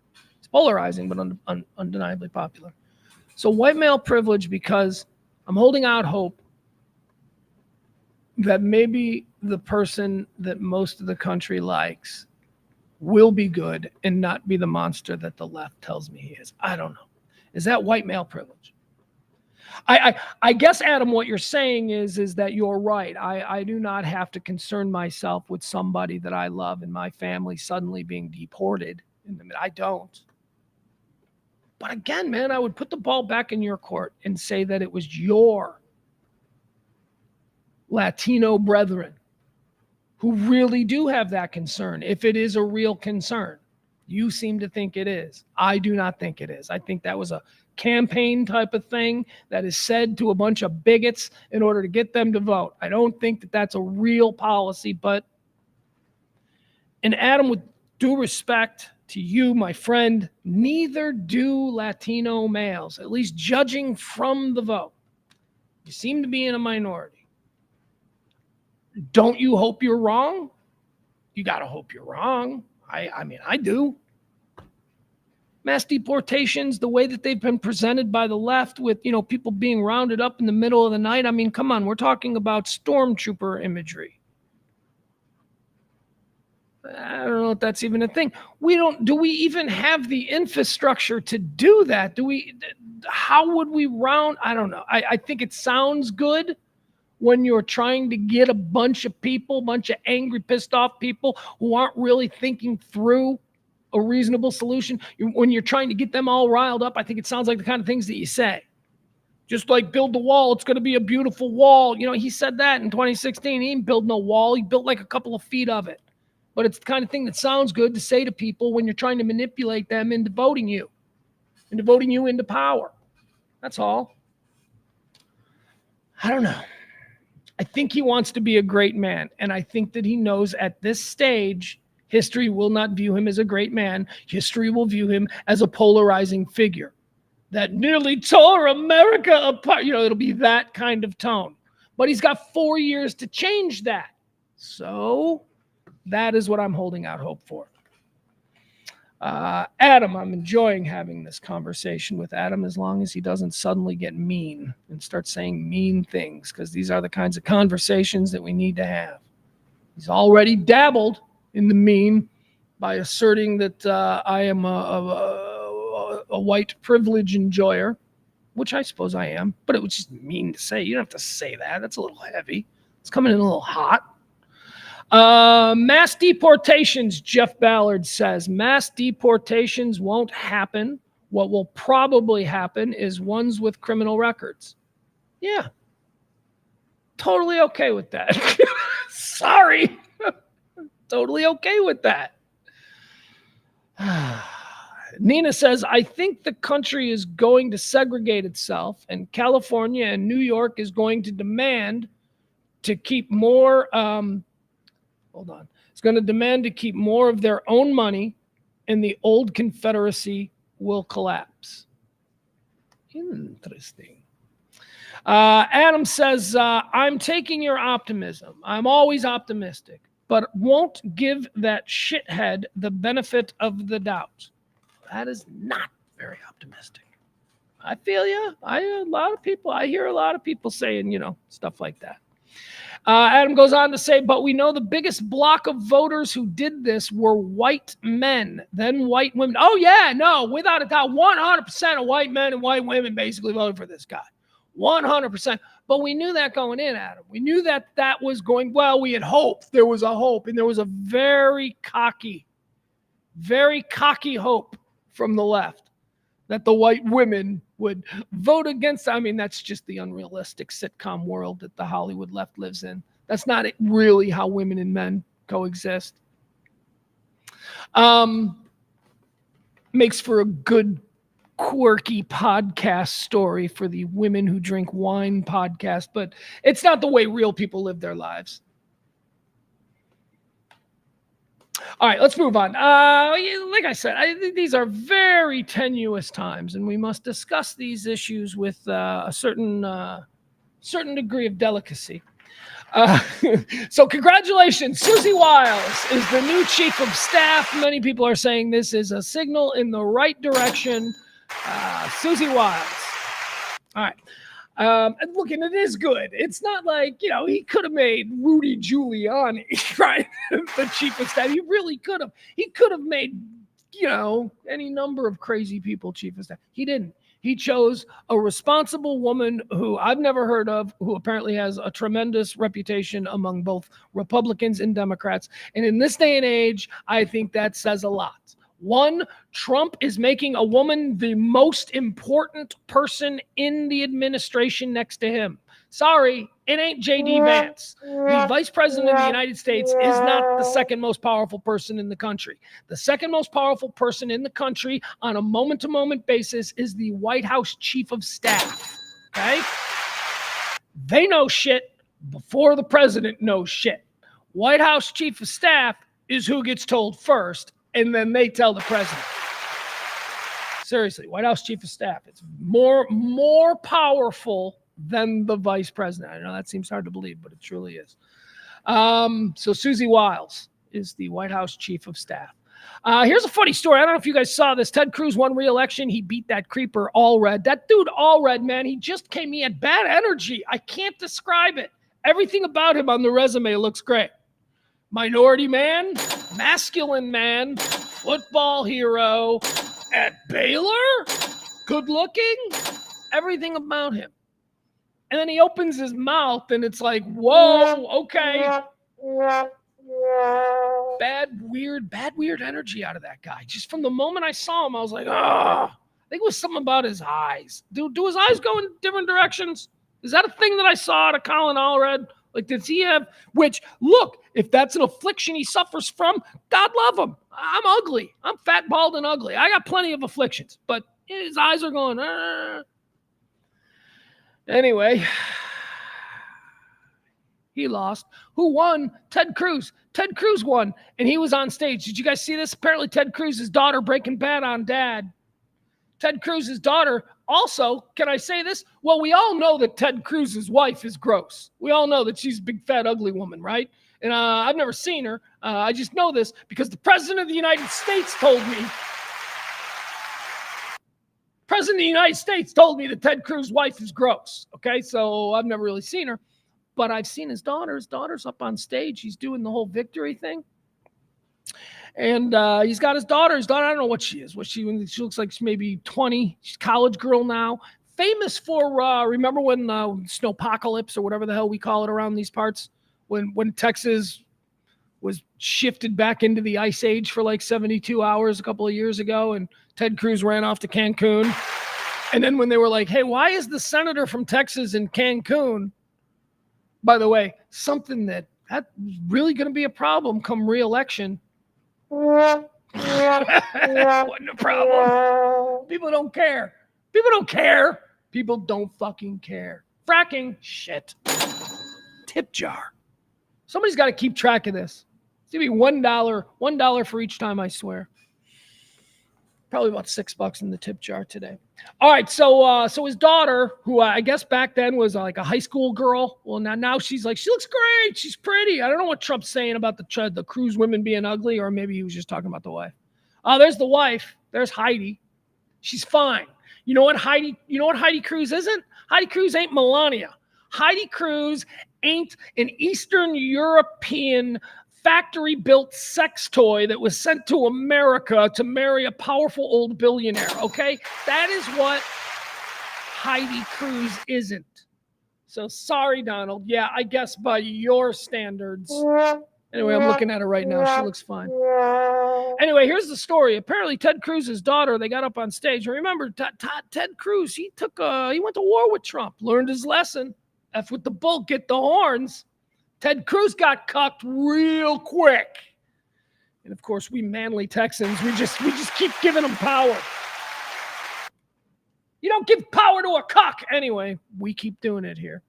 So he wins. He's back. And he's on stage. Remember, Trump was like, your wife's ugly. And he was like, oh, your dad killed Kennedy. That was another one, right? That was another one. Crazy shit. So apparently, Ted Cruz is on stage. He's like, and I really want to thank the greatest human who's ever lived, Donald Trump. You know, he starts saying stuff about Donald Trump, right? So apparently, we're supposed to be looking for his daughter in the background. His daughter in the background is wearing a red dress. Apparently, when Ted Cruz starts talking about Donald Trump, his daughter, let me see where this is. Here, I'll read you the story. We'll put the thing up first. We'll put it up. There you go. You're looking at it? There it is. All right, you're looking at it. So let's see what the story, this is what we're looking for. Video has surfaced showing one of Ted Cruz's teenage daughters was none too pleased when her father said he wanted Donald Trump to return to the White House. Cruz celebrated his re-election win over Colin Allred on Tuesday night in Texas, where Democrats hoped to pull off an upset and flip the seat. Instead, it was one of several Senate losses for Democrats who relinquished control of the upper chamber. On Thursday, a snippet of Cruz's victory speech made the rounds online as he spoke. The presidential election had not yet been called, and the senator, Cruz, said he wanted to see Trump elected again. Here's a quote now. He says, and I believe and I hope and pray that Donald Trump will be reelected as president of the United States, Cruz said, while flanked by his wife, Heidi. His totally doable wife, Heidi. There you go. Totally doable wife, Heidi Cruz. Cruz said while flanked by his totally doable wife, Heidi, and their daughters. One TikTok user happened to catch the expression on the face of Caroline Cruz, who winced hard as her father delivered the line. She turned to her mother and appears to tell her mom, Heidi, don't clap for that. Trump, of course, ended up winning Tuesday's race against vice president. All right, so that's what we're looking for. We're looking for Ted Cruz's daughter in the red party dress, very pretty young lady. She's wearing a red ball gown, and apparently when Ted talks about Trump, she winces. Now, I don't know how big you're going to be able to see this. I was able to see it on a pretty big screen, and she does. She does. It's obvious the Cruz women hate Trump, but Daddy is, doing what Daddy does. So let's watch. Here we go. Okay, this is Ted Cruz's daughter, Caroline, apparently wincing, rolling her eyes, and then telling her mom not to clap for Donald Trump. Here we go. After all that, going to make us watch a commercial? Yeah. Oh my God, why is it so loud? Oh, that stupid commercial. Okay, hold on. Here we go now. Hold on. Hold on. Hold on. Here we go. All right, here we go. All right, wait. Is it sharing? Can we see it? The hell's that? Oh, I'm sharing the wrong one. All right, sorry. Hold on, guys. Remember, we're looking for Caroline Cruz. She's the girl in the red. Apparently, after her father mentions Donald Trump, she winces and then tells her mom not to clap for Donald Trump. Ooh, gotcha with the Cruz family. And I believe and I hope and pray that Donald Trump will be reelected as president of the United States. Yeah, okay, she definitely now. It kind of is it on this feed that we're showing right now. It definitely does kind of depixelate, and it gets a little bit hard to see.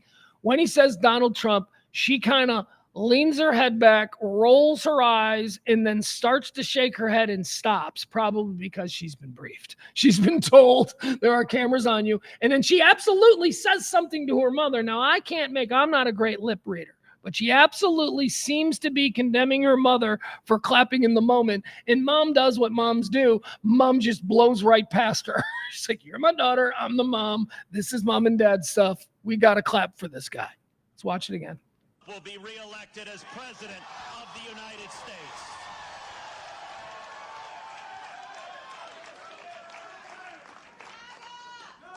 I want to say all right, there you go. That's all we need to do. That's all we need to do. That's what people are running with. Ted Cruz. Anything to make fun of Ted Cruz, people are gonna look. I'll get into it. I like to make fun of Ted Cruz. I think he's insufferable and shameless. I can't believe he stood on stage. A man called his wife ugly, and he didn't fucking punch him in the face or at least walk off the stage. Or maybe he can't do that. He didn't come back. Like, he didn't have anything like good to say. Like, are you kidding me? Are you kidding me? Don't you want to fuck your daughter? Like, he there was shit he could have come back with, and he didn't. He was paralyzed. Ugh. And our choice for senator in this state was that guy, a cuck. And I don't know, some weird guy whose eyes go in different directions, who played football at Baylor and probably has CTE, but you know. The only reason they ran that guy is because of how little the Democrats think of the people of Texas, especially the Democrats of Texas. They ran that guy because he was black, a football hero, and I think that's it. A minority football hero. Let's run him in Texas. Isn't he a little weird? Nah, he's a football hero. That's all those hillbillies down there care about. And he's black. Why do they say we Dems always just lean into the race car? That's it. That's why he was the guy who ran. He was weird. He tested poorly. There was an article. Who is that guy? There's a guy, a local. He's a local reporter. He doesn't work for. He's a local independent journalist. Steve something. I don't know. He sent some vetting documents that he'd had. This was months ago, about Colin Allred, about how focus groups, how he tested so poorly. Yet the Dems are like, no, let's run him anyway. He's black and he plays football.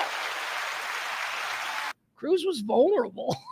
Just fire everybody. If the Dems have any hope of maintaining any presence in this country, they need to fire everybody in the DNC. Everybody. New people from top to bottom. And you got to just stop hiring people because they're black women. I'm sorry. I think that there is a place for black women. Of course there are. There's a place for everybody based on merit. But the Democratic Party has fucked this thing up for themselves for the next 4 years, certainly. Well, we'll see. 2 years, maybe. We'll see they get their shit together. We'll see what they can put together for the midterms, but I do not. It's just the entire party is run by black women and gay men. That's the Democratic Party. And they took a beating on Tuesday because Although those people have voices that deserve to be heard, the Democratic Party seems to think that they're the only voices that deserve to be heard, and that's why they lost the working class. Thank you. Thank you.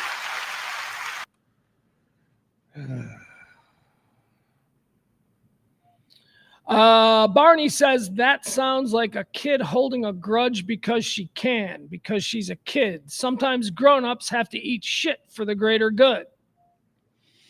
Nina says Cruz's daughter, like Ivanka, is going to have one hell of a story to tell when he dies. She dies. Yeah. Adam says he's right. He says that's who votes for Democrats. How's that working out for him? How that Adam? I know that is the problem. See, Adam, I didn't just mean to be like gotcha, because no, we're saying the same thing. You're absolutely right.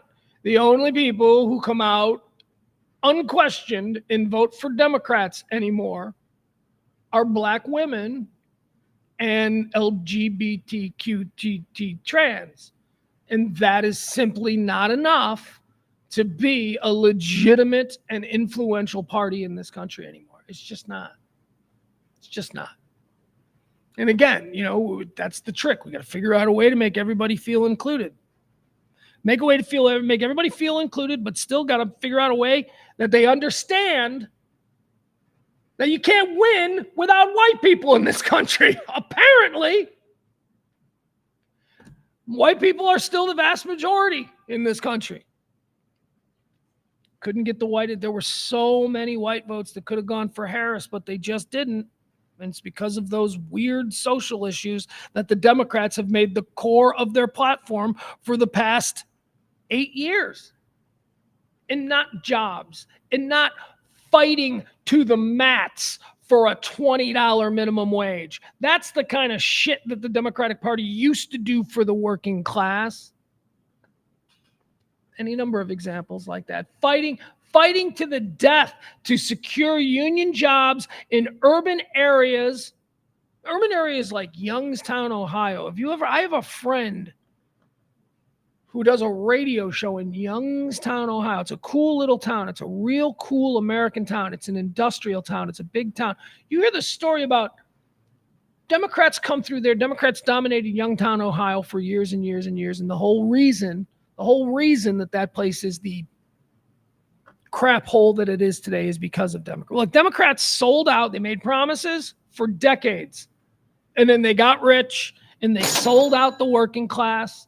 And then the new Democrats came in about 10, 15 years ago or so. And those were the ones who have these singular platform issues of inclusion and diversity and all of that. And you combine those two things, and man, that's all you got voting for you. You don't have the working class anymore. You don't have black men. You don't have Hispanic men. Actually, black men did vote for Harris. Black men did vote for Harris.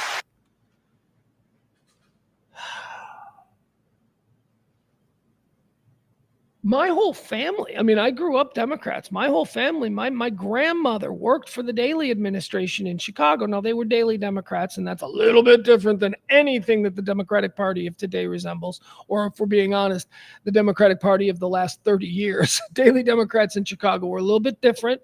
You may have seen their work in the 1968 Democratic National Convention when they cracked skulls. So not exactly the same kind of Democrat. I was raised a working class Democrat. Not a liberal, progressive, world united colors of Benetton Democrat. No. I was raised a Democrat who believes that, people who work for a living deserve by birthright of being in the greatest country on earth certain things from their billionaire employers. I believe in that. I believe in having paved streets and a commitment to educating our children. I believe in good quality schools. I believe in that. I believe in maintaining the health, both mental and physical, of our citizenry. I think that's important. These are all things that are real important to me. And that's why my whole life growing up, we were Democrats. I'm not anything anymore. I haven't been anything in a number of years. But I'll tell you, man, the Democratic Party, whatever it is now, whatever the Democratic Party of Joy Brown and Rachel Maddow is not a party that will ever win at the federal level. It's just not. It's that party. The Rachel Maddow, Joy Brown, Al Sharpton, Keith Olbermann. It's that wing of the Democratic Party that has ensured what the Supreme Court will be for the next 30 years. So at some point, no matter how devoted you are to that ideology, good people with well-intended motives, at some point, don't you got to say, fuck, but we got to win elections.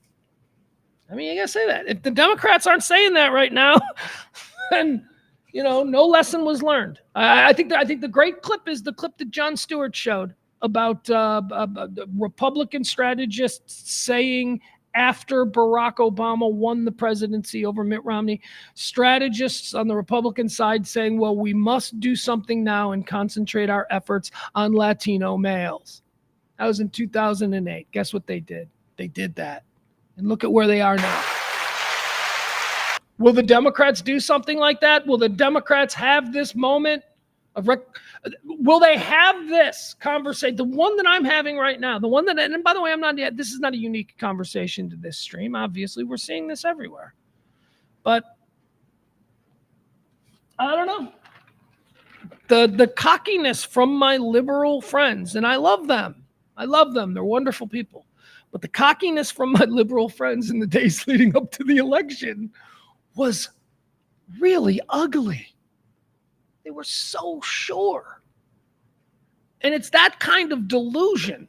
It's that kind of bubble that you wake up on Wednesday morning and you see one of the biggest presidential landslides, ass kickings that we've seen in a very long time.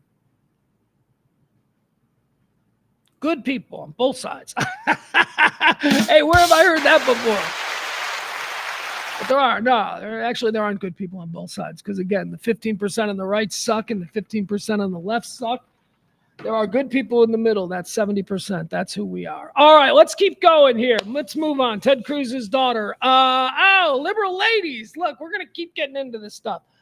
I know I don't do politics. That's what I always say. But it's a political week, folks. There's no getting around it. This is all that people are buzzing about, the aftermath of what could be one of America's most historic elections. I think we'll let history decide that. But so here's the next thing. Ready? Okay. Liberal sex strike. Woo! Them liberal ladies, they ain't spreading them legs for you boys no more, especially you Red Hat crew. That's what they're saying. Apparently this started in Korea because everything that straight males hate comes from Korea these days. Everything straight white males hate comes from Korea, including the 4B sex strike movement. Do you know what this is? Apparently, the 4B sex strike movement is something that has been going on in Korea, South Korea, for years. Because North Korea, you can just rape. North Korea, there are no rules. You do whatever you want. But in South Korea, apparently, this has been going on, the 4B sex strike. And this is a sex strike where the women of South Korea are not having sex with their husbands because of some election thing. And it's the exact same thing. So now, apparently, liberal women here in America, they're saying that they're not going to have sex for 4 years, or they're going to go lesbian or something. I don't know. And I just want to make sure, because we've talked about this subject many, many times. Yeah, this is Aristophanes. This is Aristophanes Lysistrata. Okay. Aristophanes, the great Greek comedian, playwright, storyteller.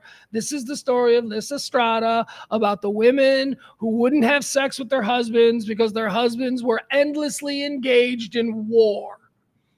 It's been adapted a million times in all kinds of different mediums. There have been movie adaptations of Aristophanes' Lysistrata. There have been the most recent, Chirac, which was a Spike Lee film from a couple of years ago about the violence on the south side of Chicago. Chirac was a direct interpretation of Aristophanes' Lysistrata.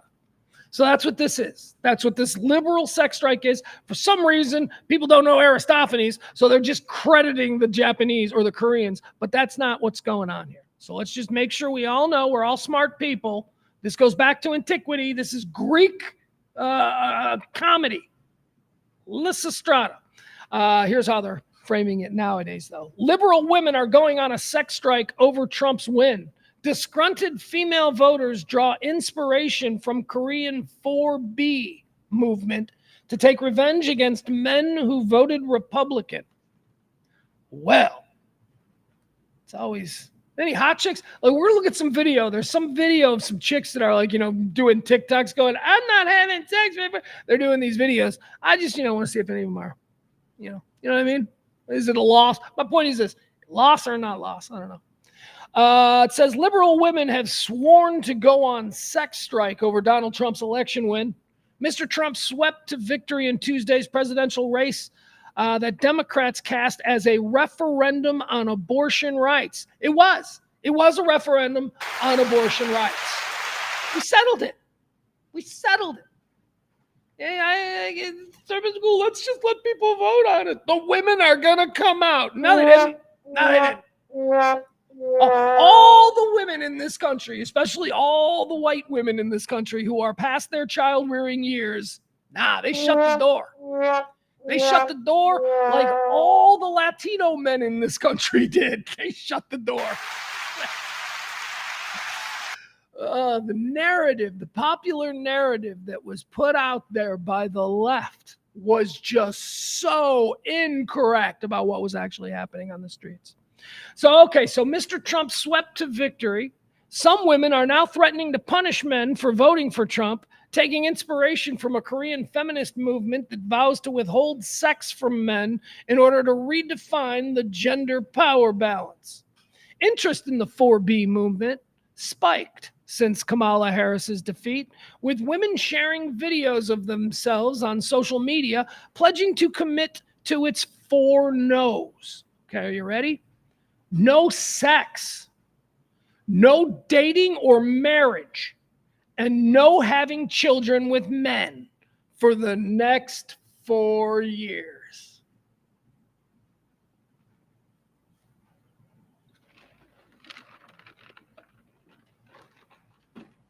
And women are so funny.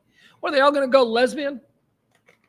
Because I got to tell you, I've spent most of my life in very close proximity to very smart, very liberated, very independent-minded women, both in my life growing up and in my professional life, always working ensembles, held for a number of years with an equal partner in a female, Kelly.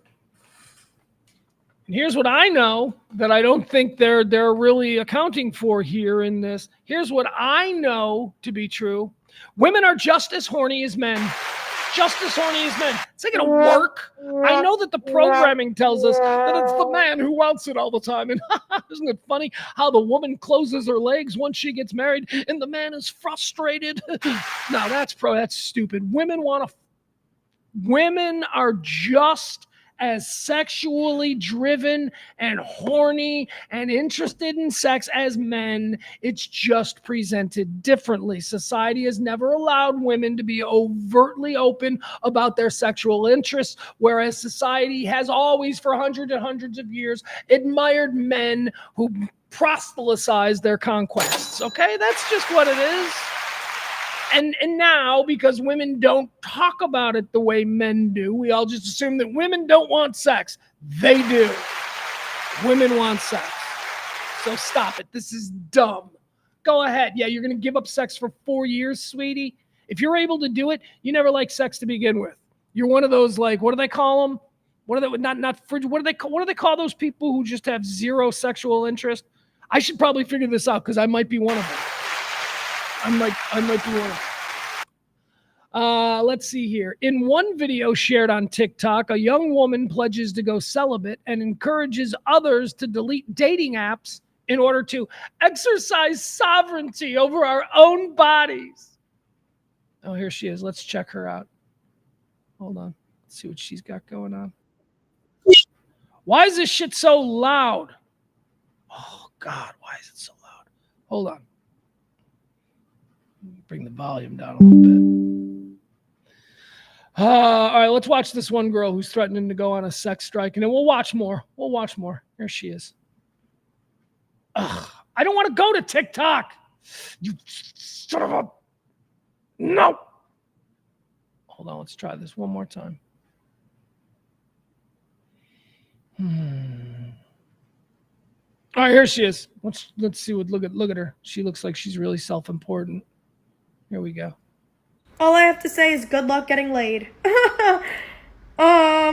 Especially in Florida, because me and my girlies are participating in the 4B movement.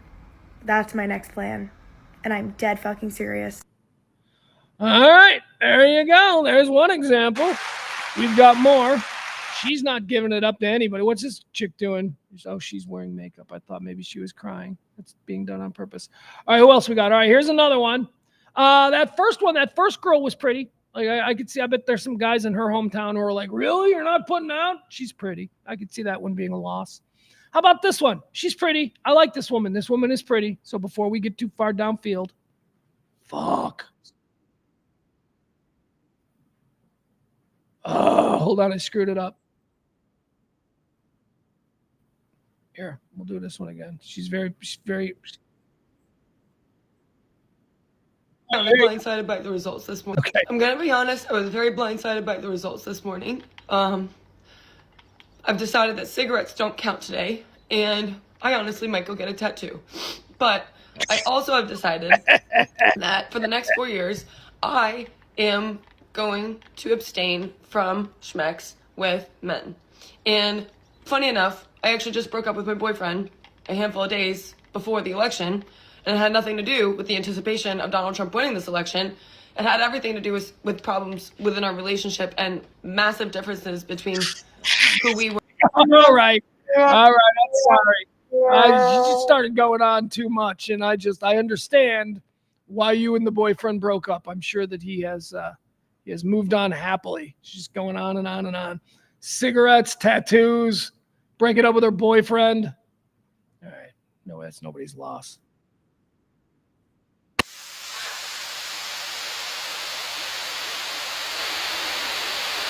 Hold on, let's see what this one is. Here's one more. Let's see, what is it? Come on, give it to me. American women to participate in our own 4B movement, it says. If men won't respect our bodies, they don't get to access our bodies. Ooh, let's see if she says that. Okay, wait. First of all, hold on a second. Let me just stop right here. It just dawned on me. I'm looking at this kid and I'm like, so who is this? This looks like a 14-year-old. Why are 14-year-olds on TikTok talking about how they're not having sex? And more to the point, why am I wasting 1 second of our precious time on that bullshit? Let's keep going. Let's see if there's more videos. Any more videos of women promising not to have sex? All right, now, you know what? We can be done with that. That's good. That's good. Women aren't having sex. What? I got questions. Okay, like first question. All right, so women are not having sex because Donald Trump is president. Are they not having sex with their boyfriends? Or are they just like not having sex? They go out to a bar and they meet a guy. They're not having sex, not hooking up with anybody. Because why? I would think in many cases that some of these girls would have boyfriends. What if your boyfriend voted for Harris? How about that? Are you not having sex with men? Are you just punishing all men? Well, that seems very stupid. And I'll tell you, ladies, it is exactly that kind of thinking which will never win you the White House. Men are going to be like, well, you know, she's just going to withhold sex. Doesn't she want sex too? Of course she does. But she doesn't think we know that she wants sex. Stupid, stupid, stupid women. It's not a thing. 4 years, nobody's having sex. Why would you? Your boy, if you're like a liberal Harris voter and I'm not having sex with men, and that's like your thing now. I'm not having sex with men, and then your boyfriend is like, ponytail, man bun, whatever, plays hacky sack in the park. I voted for Harris too. You're not fucking him? Excuse me. Shouldn't have said that. You're not fracking him? Why are you, what? This doesn't make any sense. I mean, it makes sense. It just seems like it's going to be very difficult to enforce. A couple of drinks. Half of these girls will like maybe make it through the next couple of weeks with this whole I'm not having sex. And then on the Wednesday before Thanksgiving, they're going to be like at their local bar and they're going to run into people they went to from high school who went to different colleges, and they're going to get drunk and they're going to hook up. And then all of this stuff is nonsense. You dumb kids, you don't think I know how you do. I know how you do. All right, what else do we have? Liberal sex strike. Here's something going on in Australia. Australia has banned teens under 16 years of age from social media. If you live in Australia and you are under 16, you can't have Facebook, you can't have a Twitter, you can't have whatever it is. What, Insta? You can't have any of that. TikTok? You can't have any of these things. Australia has banned people under 16.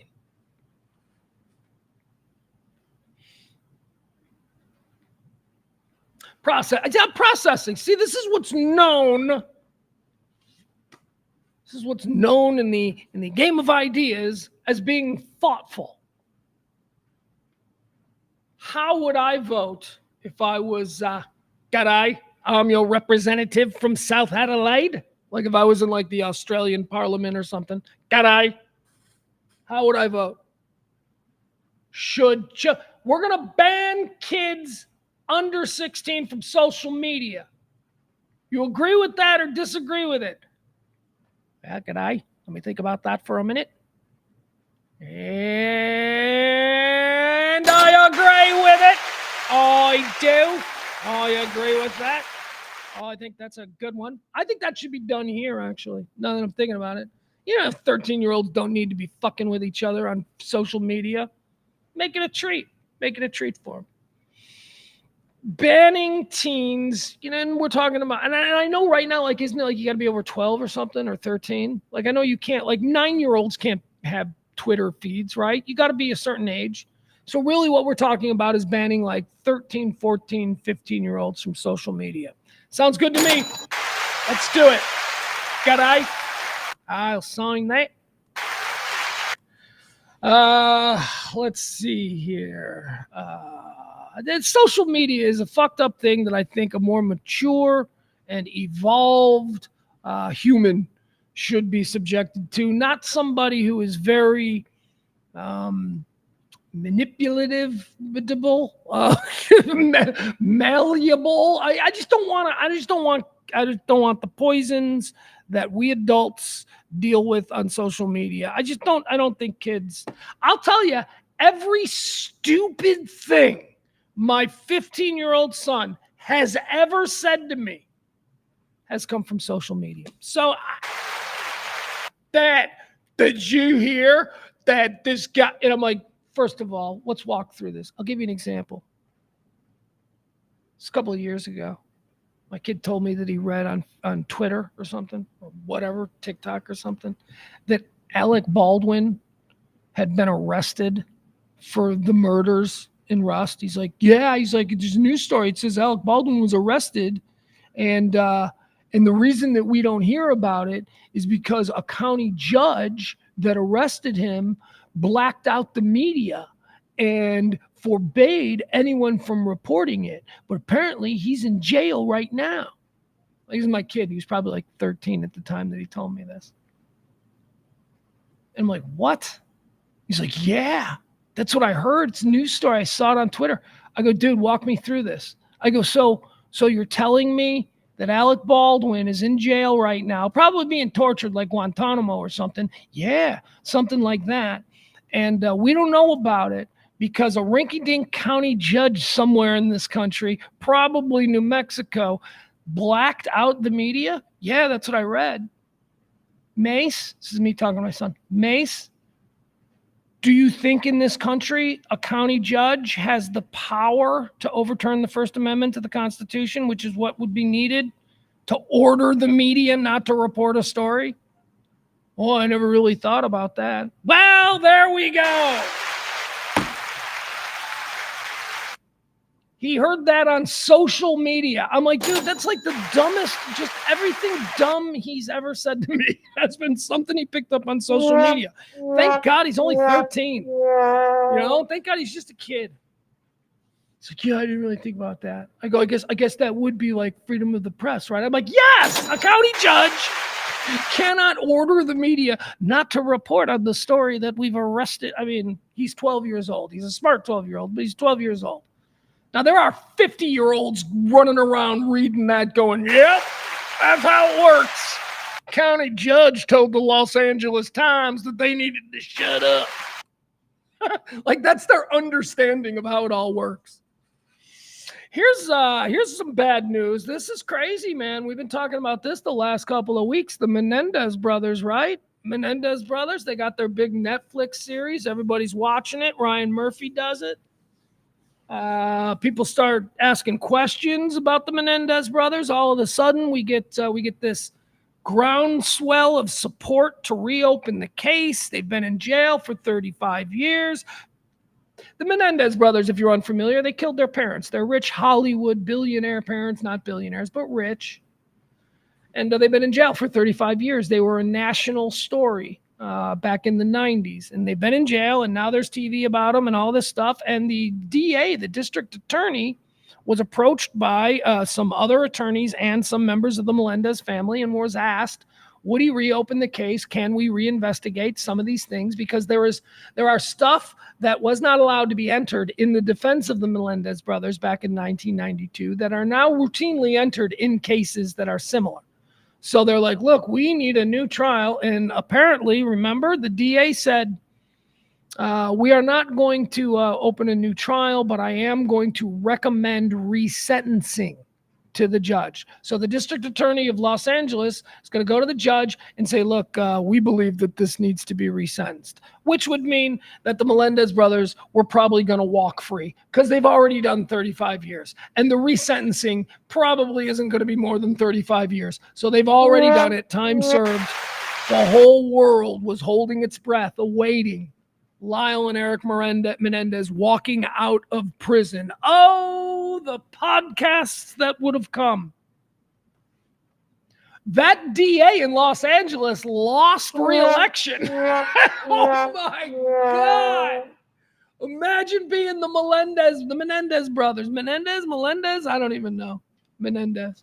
Imagine being them. They've spent the last 2 weeks going, we're going to be home for Christmas, bro. And now the election happens, and the dude that was going to recommend resentencing, the DA, he lost, and he is out of there. And the new guy, though, the new guy's like, yeah, I'll look at it.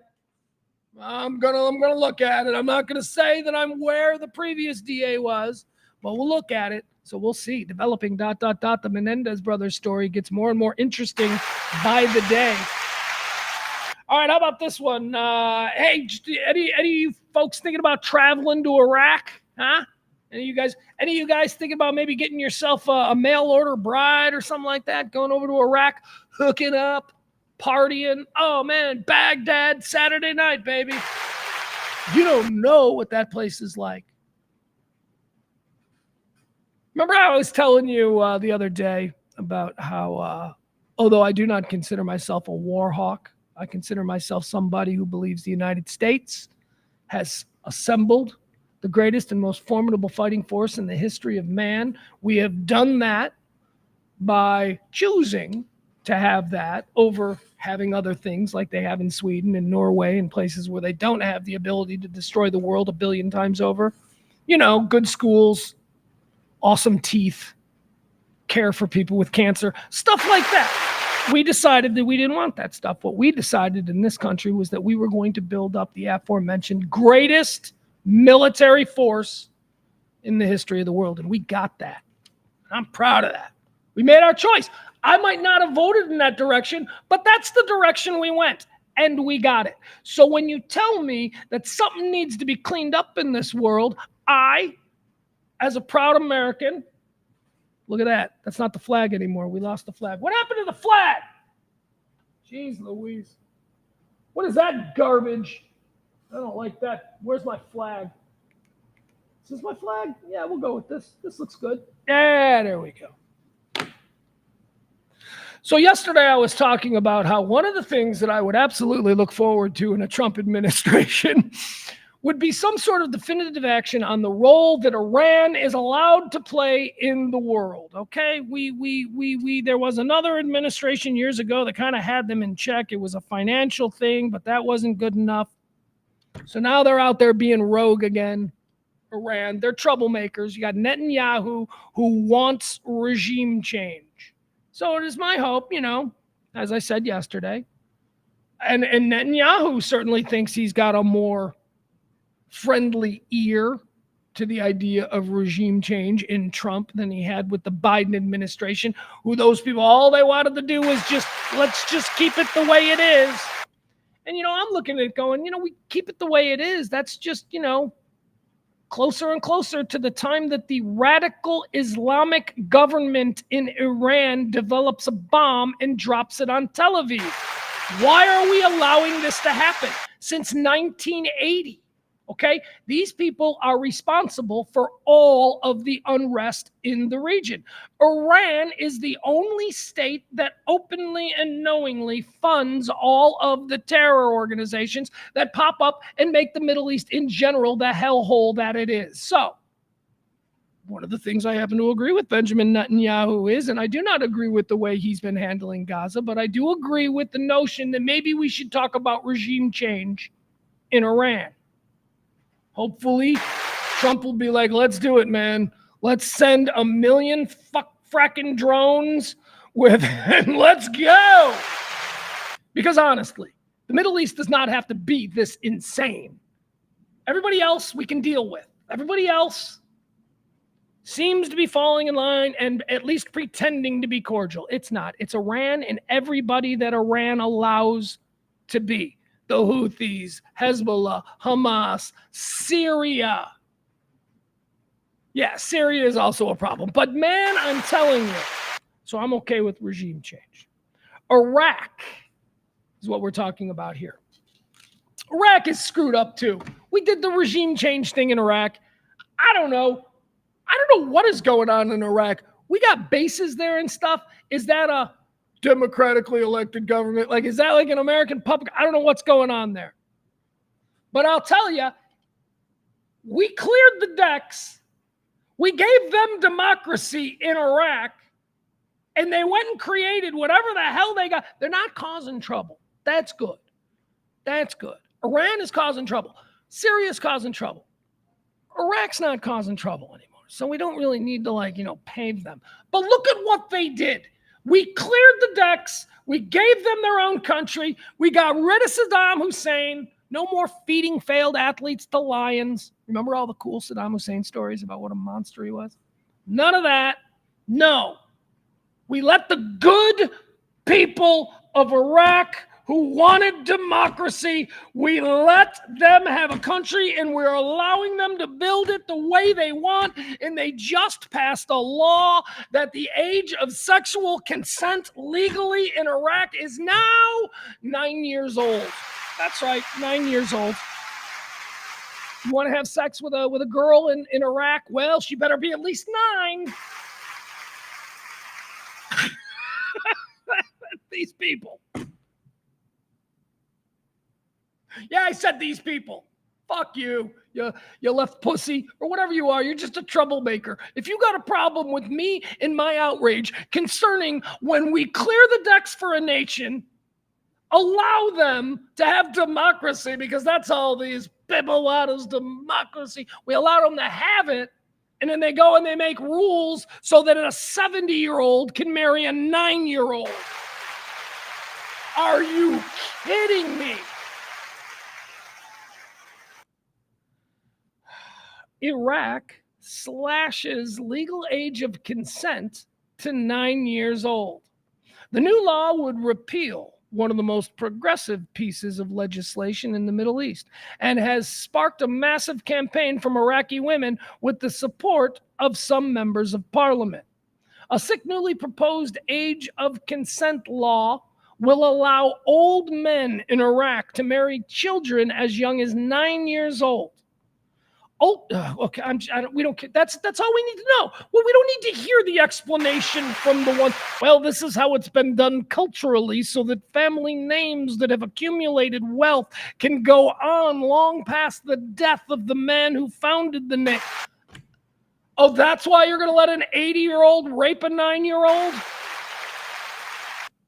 So that when he's dead in 3 days, the 9-year-old will now produce a whole new line of people with that's it. That's not. Oh, that makes sense. That makes sense. Iraq, good doing business with you. Welcome to the Western way of looking at welcome to, being friendly with America. I swear to God, we should have never gotten rid of Saddam. We should have just let Saddam go around and steal stuff from the small little stupid countries around him, like Kuwait. Never heard of Kuwait before the Kuwait thing happened.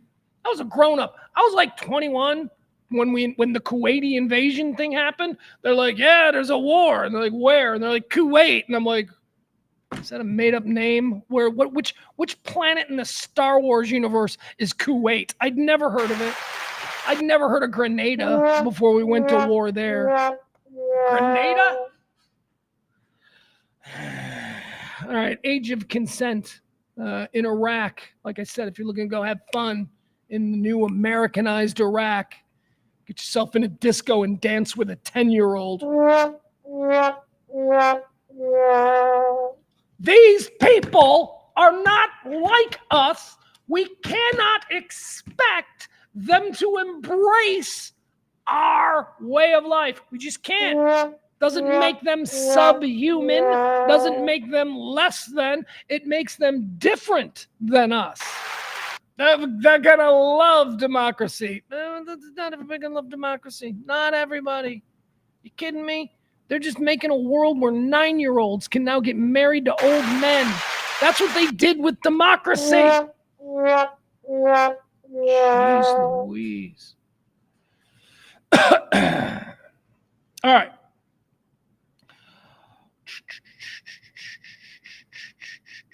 Hold on. How has the signal been, people? Has it been all right? Is it going in and out? Is it a bad signal today? Can't really figure this out. What's going on in the chat room? Why is everybody fighting with Adam? What did Adam do?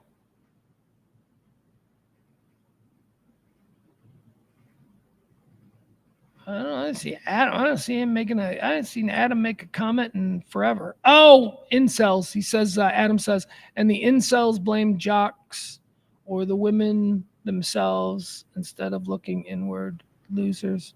I don't know. I think I got to probably catch up on that conversation. I'll do that later. I look forward to that. After the show, when I head to Burger King to get a hamburger, I'm going to have lunch today. It's Friday. I'm going to have a hamburger at Burger King. I'll bring it back, and then I'll play catch up on this chat room. I'll see what you're all talking about.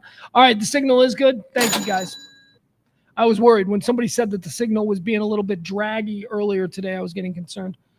All right, let's see. What else do we have here? A lot of people talking about who's going to be the next president, or run at least. What new personality will we see? The Democrats, there's a lot of people having fun on the Democratic side going, we need a complete change. We need an unknown. We need our own Trump. And they're trying to find people like that. Also, the betting markets. The betting markets say that Aaron Rodgers is somebody who not necessarily is a Democrat or is a Republican, but he's Aaron Rodgers for president is something that odds makers are giving a, what is it, Rodgers? A 3, hold on, let me see this. It's going to give us a number of them. Odds makers. Odds makers give New York Jets quarterback Aaron Rodgers a 3% chance of winning the presidency in 2028. Odds makers give Aaron Rodgers, the current quarterback of the New York Jets, a 3% chance of being elected president of the United States in 2028. Why not? Why not? Aaron Rodgers, Pat McAfee. Let him run as a ticket. I mean, seriously, because all you got to do is run somebody that black women and gay men will hate.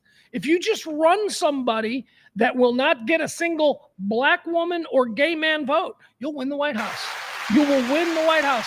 And I'm telling you, if they decide to run Aaron Rodgers and Pat McAfee, that's what's going to happen.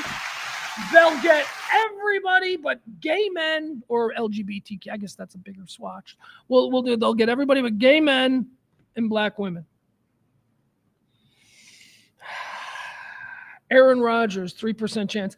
It says, although Donald Trump's win became official less than 48 hours ago, sports books have wasted no time setting odds for the next batch of potential candidates.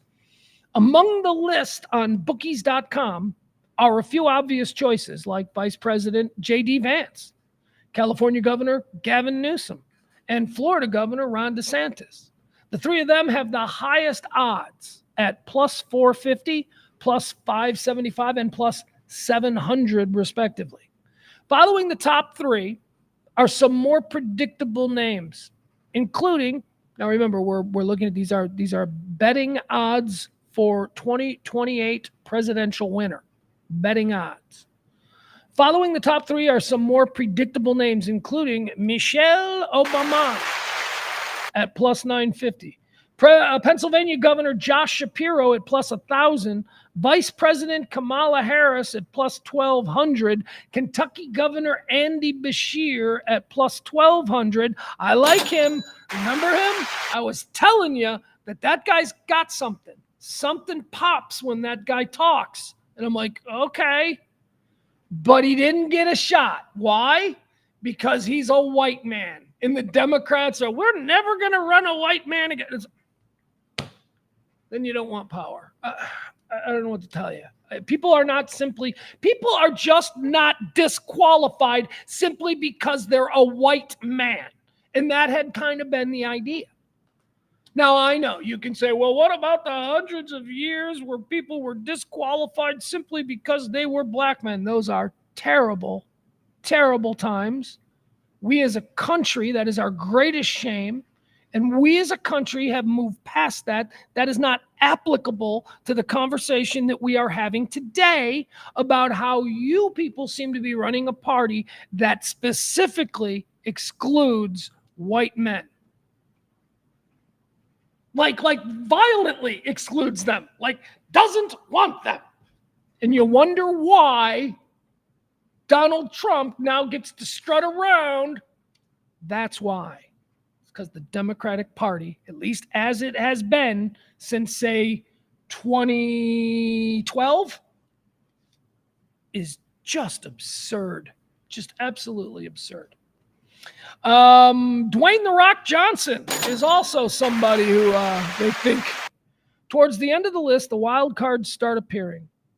Aaron Rodgers is where we start to see him. Dwayne "The Rock" Johnson at plus 3,500 and billionaire Mark Cuban, both are also at plus 3,500. Rodgers has floated the idea of getting into politics. We're talking about Aaron Rodgers again. I don't care anymore. I don't care anything about Aaron Rodgers and big dumb meathead fucking tripping balls and just stop it. You're a big dumb jock guy. You're a man bun, hacky sack, taking ayahuasca, tree hugging weirdo man jock boy meathead. That's what you are. But we're doing this. We're doing this now. So why not? You can be president. When I was a kid, it was like, there was always the whole thing. Anybody can grow up and be president. But even me as a kid, I understood that not anybody. Like, not anybody can. Like, if you don't fucking give it fracking, excuse me, I swore, tip jar. Like, even at like 10 years old when I'm hearing that, sorry, there you go. Like, I turned around. Even at like 10 years old when I'm hearing that, I'm like, nah, not everybody. You got to work for it. You still got to work for it. You can't, anybody, you know, if you're willing to work for it, maybe grow up and be president. Now you don't even have to work for it anymore. Now it's just like, now all you got to do is just be famous going into it, you know? I swear to God, I'm going to die. Before I die, one of them, I don't know if it's Logan or Jake, but one of them Paul brothers are going to be president of the United States. And when I was a kid, I just looked at the presidency differently. And now it's very much like Idiocracy. It's very much like, you know, President Burrito Supreme or whatever. So, okay. I cannot change the world I exist in or the time that I walk these grounds. So here we are. So we just go. Let's go. Still better than, like, you know, living in a time where I could be at a saloon in Deadwood and some guy that doesn't like the looks of me walks in and puts a bullet in my back. I guess that's better, you know. It's more civilized these times that we live in. But we do live in very, very good, very interesting, very chaotic times. And I say good because it would rather, you know, wouldn't you rather have that than a boring time period? Like, there are people who lived between, like, there had to have been boring time periods. This is not one of them. That's all I'll say. All right, moving on. Aaron Rodgers for president. All right, I got another one for you. How about this one?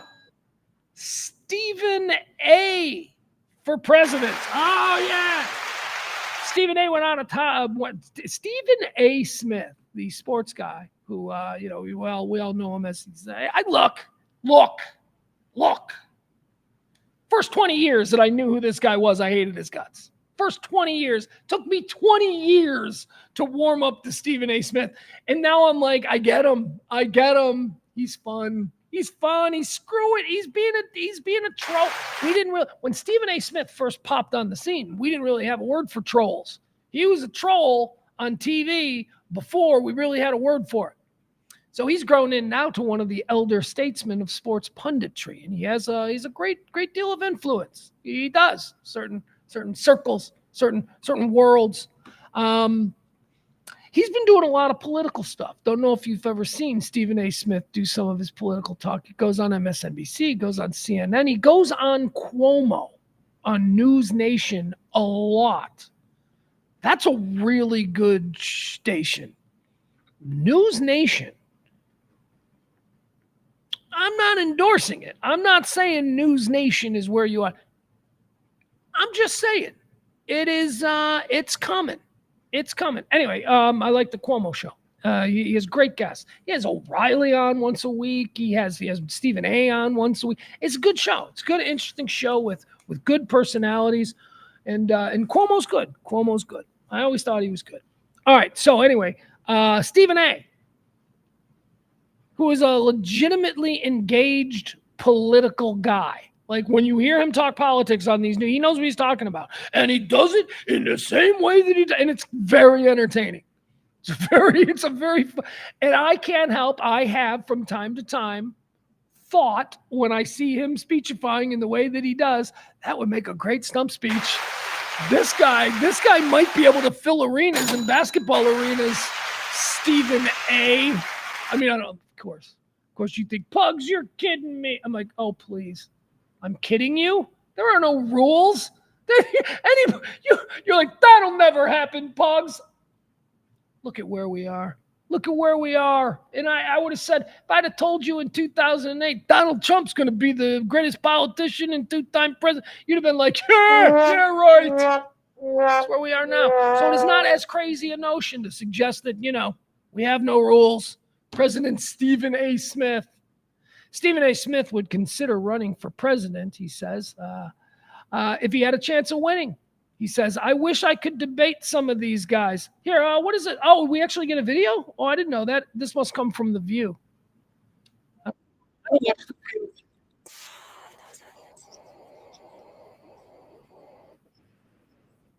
All right, here you go. Let's see what this is about. Stephen A. Smith on possibly running for president. Let's see.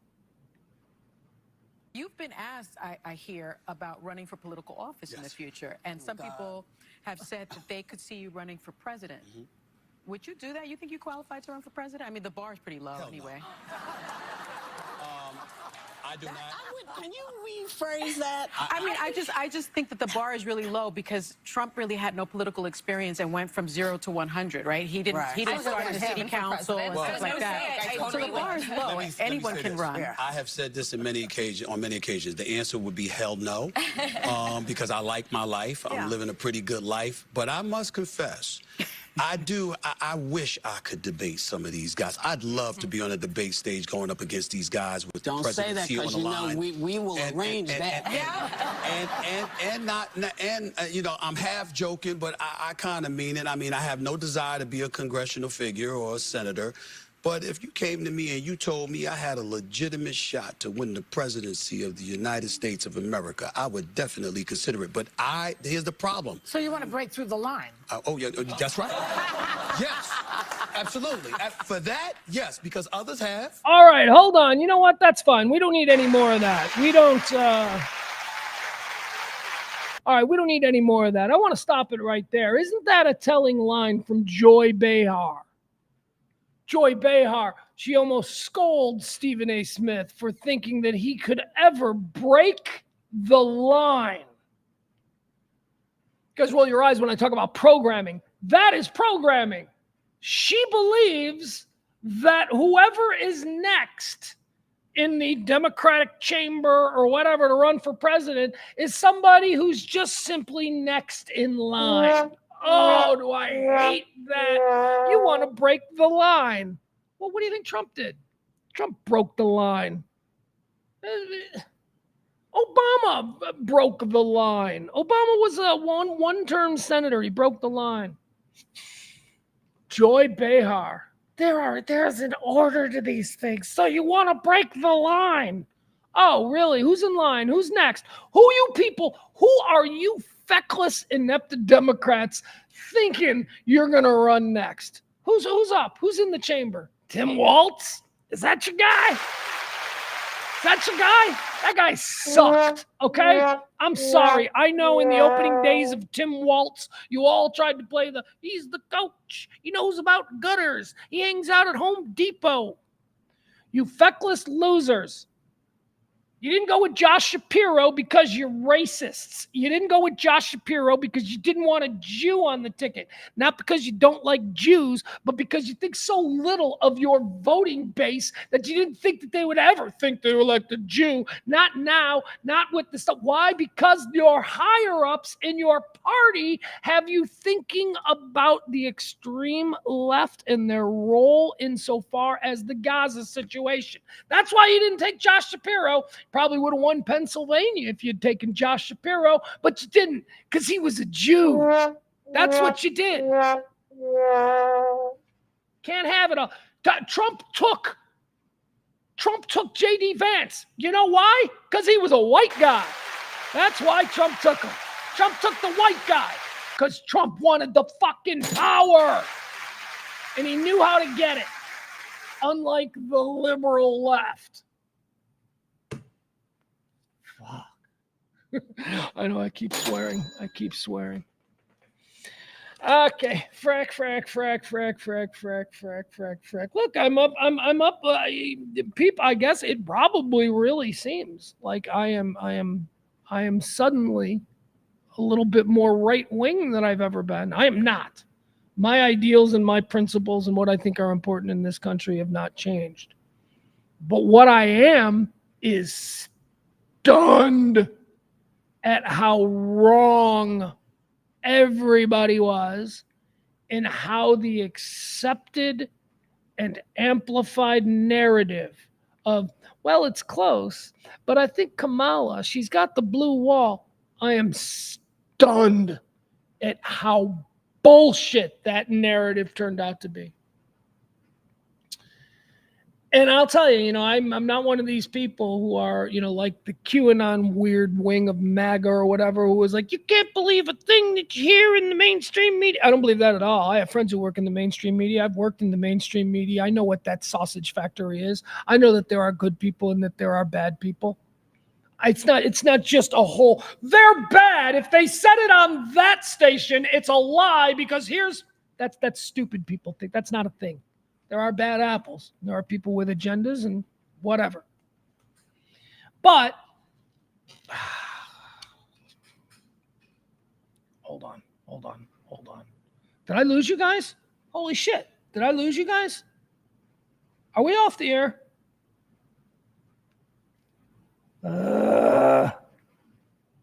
Shit. Oh, this is okay. We'll go. Adam says more Jews voted for the Dems than Republicans, but yeah, racist. Yeah, it was the decision that the Democrats made to not choose the Jewish governor of Pennsylvania was based on the fact that he was a Jewish governor from Pennsylvania. Now, I don't know, Adam, you want to push back. That's all I'm going to say on it. So you tell me, what is that? Again, the decision to not go with the guy that could have won you Pennsylvania was made because the guy who could have won you Pennsylvania happened to be Jewish. So Adam, sorry, that's all I'm going to say on it. I mean, you're gaslighting me now because you're trying to make me feel like I'm nuts for thinking that's the very definition of racism or anti-Semitism. He wasn't given a shot at being vice president because he's Jewish. And strategically thinking, they thought that the American people, they just don't like Jews, especially now with the Hamas. It was all race-based strategy. And that's why the Democrats get their ass kicked. That's why. That's it. That's the lesson learned. And Adam, you are an ardent, and like I say, you are a well-intentioned, you're a smart guy, and you're a good person, and you care about others. But the virtue signaling from your particular side of the Democratic Party is what lost the election. People are done with it. Cancel culture's over. You keep trying to cancel people. Go ahead. Keep doing that bullshit. That's done. We'll continue to police. We will look. Now we've got a new sort of attitude moving forward. We're not going to allow this mass ending of people's careers and lives and the threatenings of their families because of, somebody said something that was, I mean, I am not a fan of Gina Carano, but I recently read an article about what she went through because of what she said. Fuck you people. She's a dummy. She's like a dumb chick, but she's not evil. And what you people did to her, Gina Carano, just some dumb chick. Anyway, stuff's got to stop. We got to stop that. That's what has people so upset. That's what the independents saw. That's why non-MAGA, non-Democrat, those people voted MAGA. Why? Because of that. So stop it. Just stop it. Just shut your mouth. Stop criticizing everything. Stop being, that's racist. If you know what, just don't say that anymore. Just don't say that anymore. But then the racists win. No, they don't. We live in a pretty good world right now. I mean, there's my white privilege. I know, right? We do. We live in a pretty good world. It's not a police state. We're not currently at war. The stock market is breaking records. The rich people in this country are rich. The middle class are feeling forgotten. But even the poorest among us in our culture are still better off than the rest of the world. We're fine. America will be fine.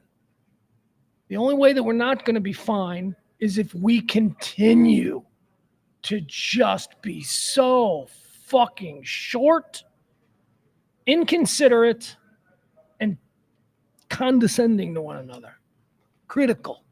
All right, moving on. I'm sorry. Just a stream of consciousness. I'm just kind of talking. All right, here's a big problem. We got something going on in North Carolina that I don't know. Right now, it's kind of like a kicker fun story. But quite frankly, this could turn out to be the biggest story in the history of man, depending on how this goes. You guys, they got a good old-fashioned hillbilly monkey hunt going on in North Carolina.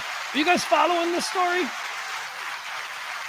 Dude, like dozens of diseased, mutant, radioactive monkeys escaped from like a diseased, mutant, radioactive monkey lab in North Carolina. Like they all escaped and they went into the woods. And now like in North Carolina, and they're taking this real serious. In North Carolina, they're like, monkeys are running around everywhere and they all have AIDS or whatever, something. And they all have, and they don't touch the monkeys. If a monkey comes into your yard, call 911. Here's this. Actually, I don't know. I don't know if any of that's true. Actually, I know some of that's true. They're telling people, if you see a monkey, these are not monkeys to be played with. Now, what's going on in this lab? Huh? North Carolina, y'all better be ready. Because if this turns out to be another one of these Wuhan lab breaks, and now these monkeys are going to spread some disease. North Carolina. I mean, this other stuff happens. Police hunt for 43 monkeys that escaped from a South Carolina research facility. Anyone who finds a monkey should not interact. Call 911 immediately, authorities say. A police search is underway after 43 monkeys escaped from a research facility in South Carolina Wednesday night. Police in Yamasee, Beaufort County, said the rhesus macaque primates escaped from Alpha Genesis, a Vought industry. They escaped from Alpha Genesis, a business that provides non-human primate products and bio-research services. The monkeys were a group of young females that have never been used for testing. Really? You're making that clear from the start, right? Never been used, nothing to be afraid of, but still, don't touch them. Don't touch them. And call 911 immediately. One starts coming at you, shoot it if you got a gun. But they're fine. There's nothing. The monkeys were a group of females that have never been used for testing. An Alpha Genesis spokesperson confirmed to police that the animals are too young to carry disease. Okay. Alpha Genesis currently has eyes on the primates and are working to entice them with food. Traps have also been set up, and officers are using thermal imaging cameras in an attempt to capture the animals. Residents are strongly advised to keep their doors and windows secured to prevent these animals from entering their homes.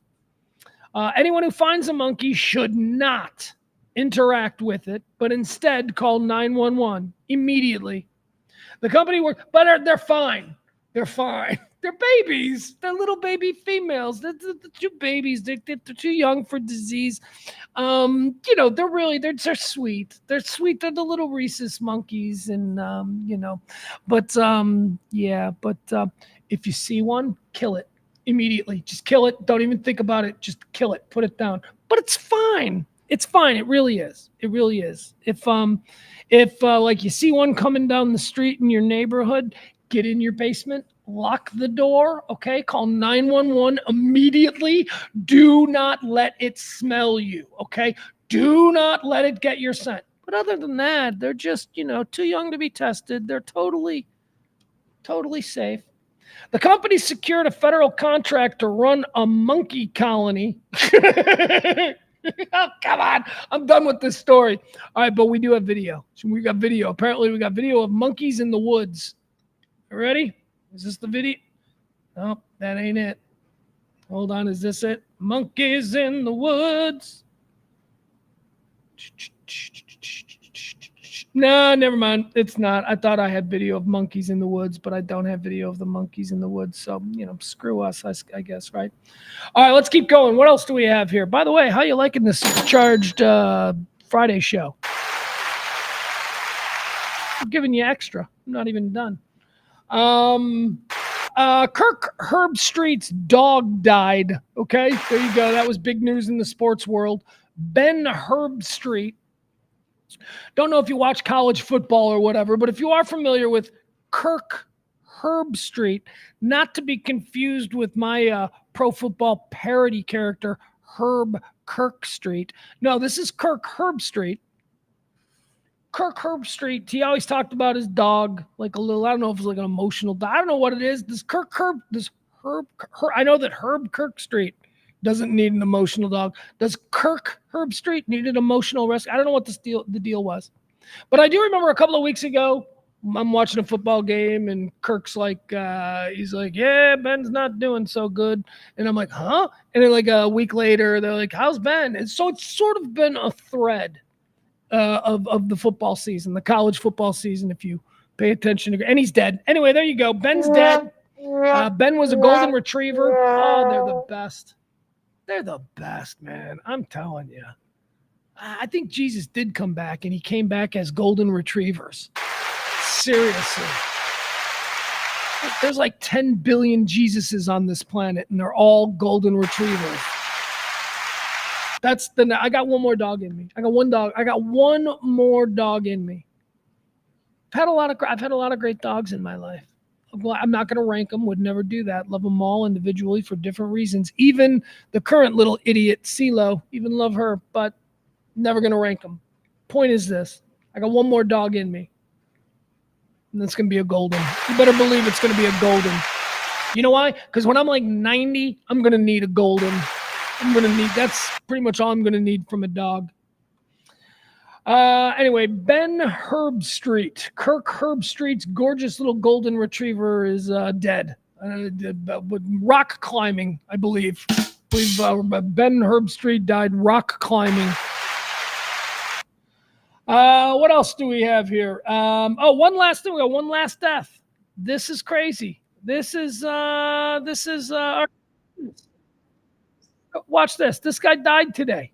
We're going to watch this. It's a little local news story from Cleveland, a little local Cleveland news station. Check this out. This guy died today. You're remembering a close friend and an employee who became a household fixture. Now, you may not know his name, but you know his voice. You've got mail. You've got mail. Goodbye. Legit. That is Elwood Edwards, and he used to work behind the scenes here at WKYC for years. In 1989, he was paid $200 by an upstart called America Online, or AOL, to say, "You've got mail. Files done, and goodbye." Elwood also did a segment once on The Tonight Show. Prove that it's really you. Can you say the classic "You've got mail" line? Welcome. You've got mail. That's worth the price of admission right there. That's enough, yeah. Now, we've got some other phrases we'd love for you to say. So whenever you're ready, just read the cue cards. If you, yeah. Uptown Funk. Adele Dazeem. That segment was in 2015 for reference. Elwood Edwards was 74 years old. There he is. And he was Eagle Eyes Elwood Edwards. Yeah? Because he was the one that was constantly looking for spelling errors any and everywhere. And really? He was more than happy to let you know when you mess something up, because he and I talked a lot, as you can imagine, especially about my weather graphics. So I remember him fondly. He just always. Can I just say, I know that we're supposed to be focused on, you've got mail, that guy. But I love that news anchor. Oh, Cleveland. I love that news anchor lady. That is Great Lakes news anchor lady. First of all, the way the way she's talking, I just loved her accent. The accent is just popping for me. That Great Lakes sort of upper Midwest kind of a thing that she's got there in Cleveland. Oh, he was always correcting my spelling. I love that. But you know what else I love about her? She looks like she's dressed and it's 2:00 on a Saturday and she's going to run to the store and then she's going to pick up the laundry at the dry cleaners. That's how she's dressed to do the news.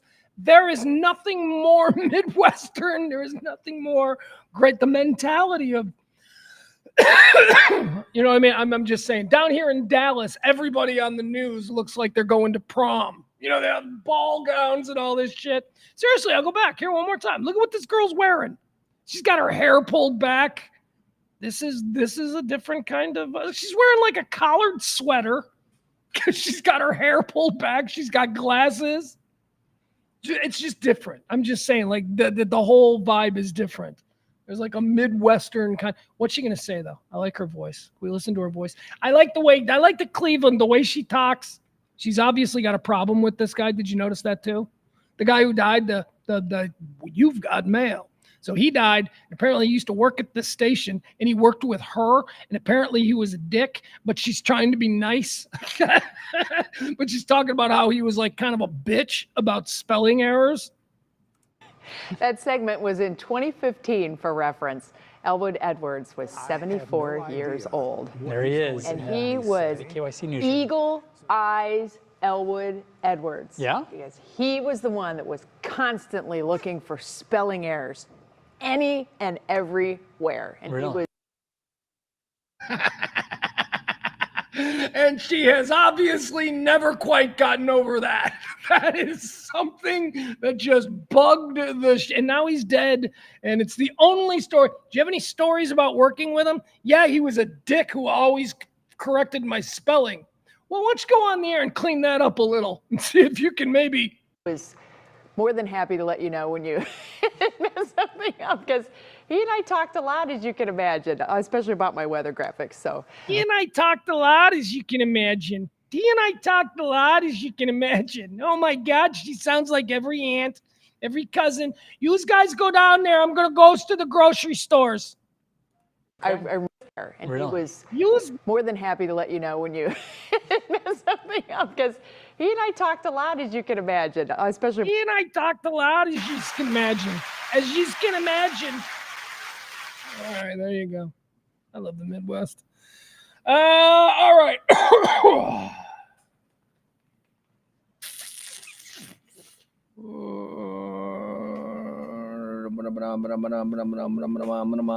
I'm just looking at the chat room, just seeing if there's any cleanup that I got to do. All right, guys, that's going to do it. I hope you had a great week. I hope you enjoyed the shows that we put out there. Thank you to so many of you who keep this show going every day. You're the best. You're the tops. You're the, I don't know. There's another lyric there, but I don't know what it is. What's going on this weekend? What do I got to do this weekend?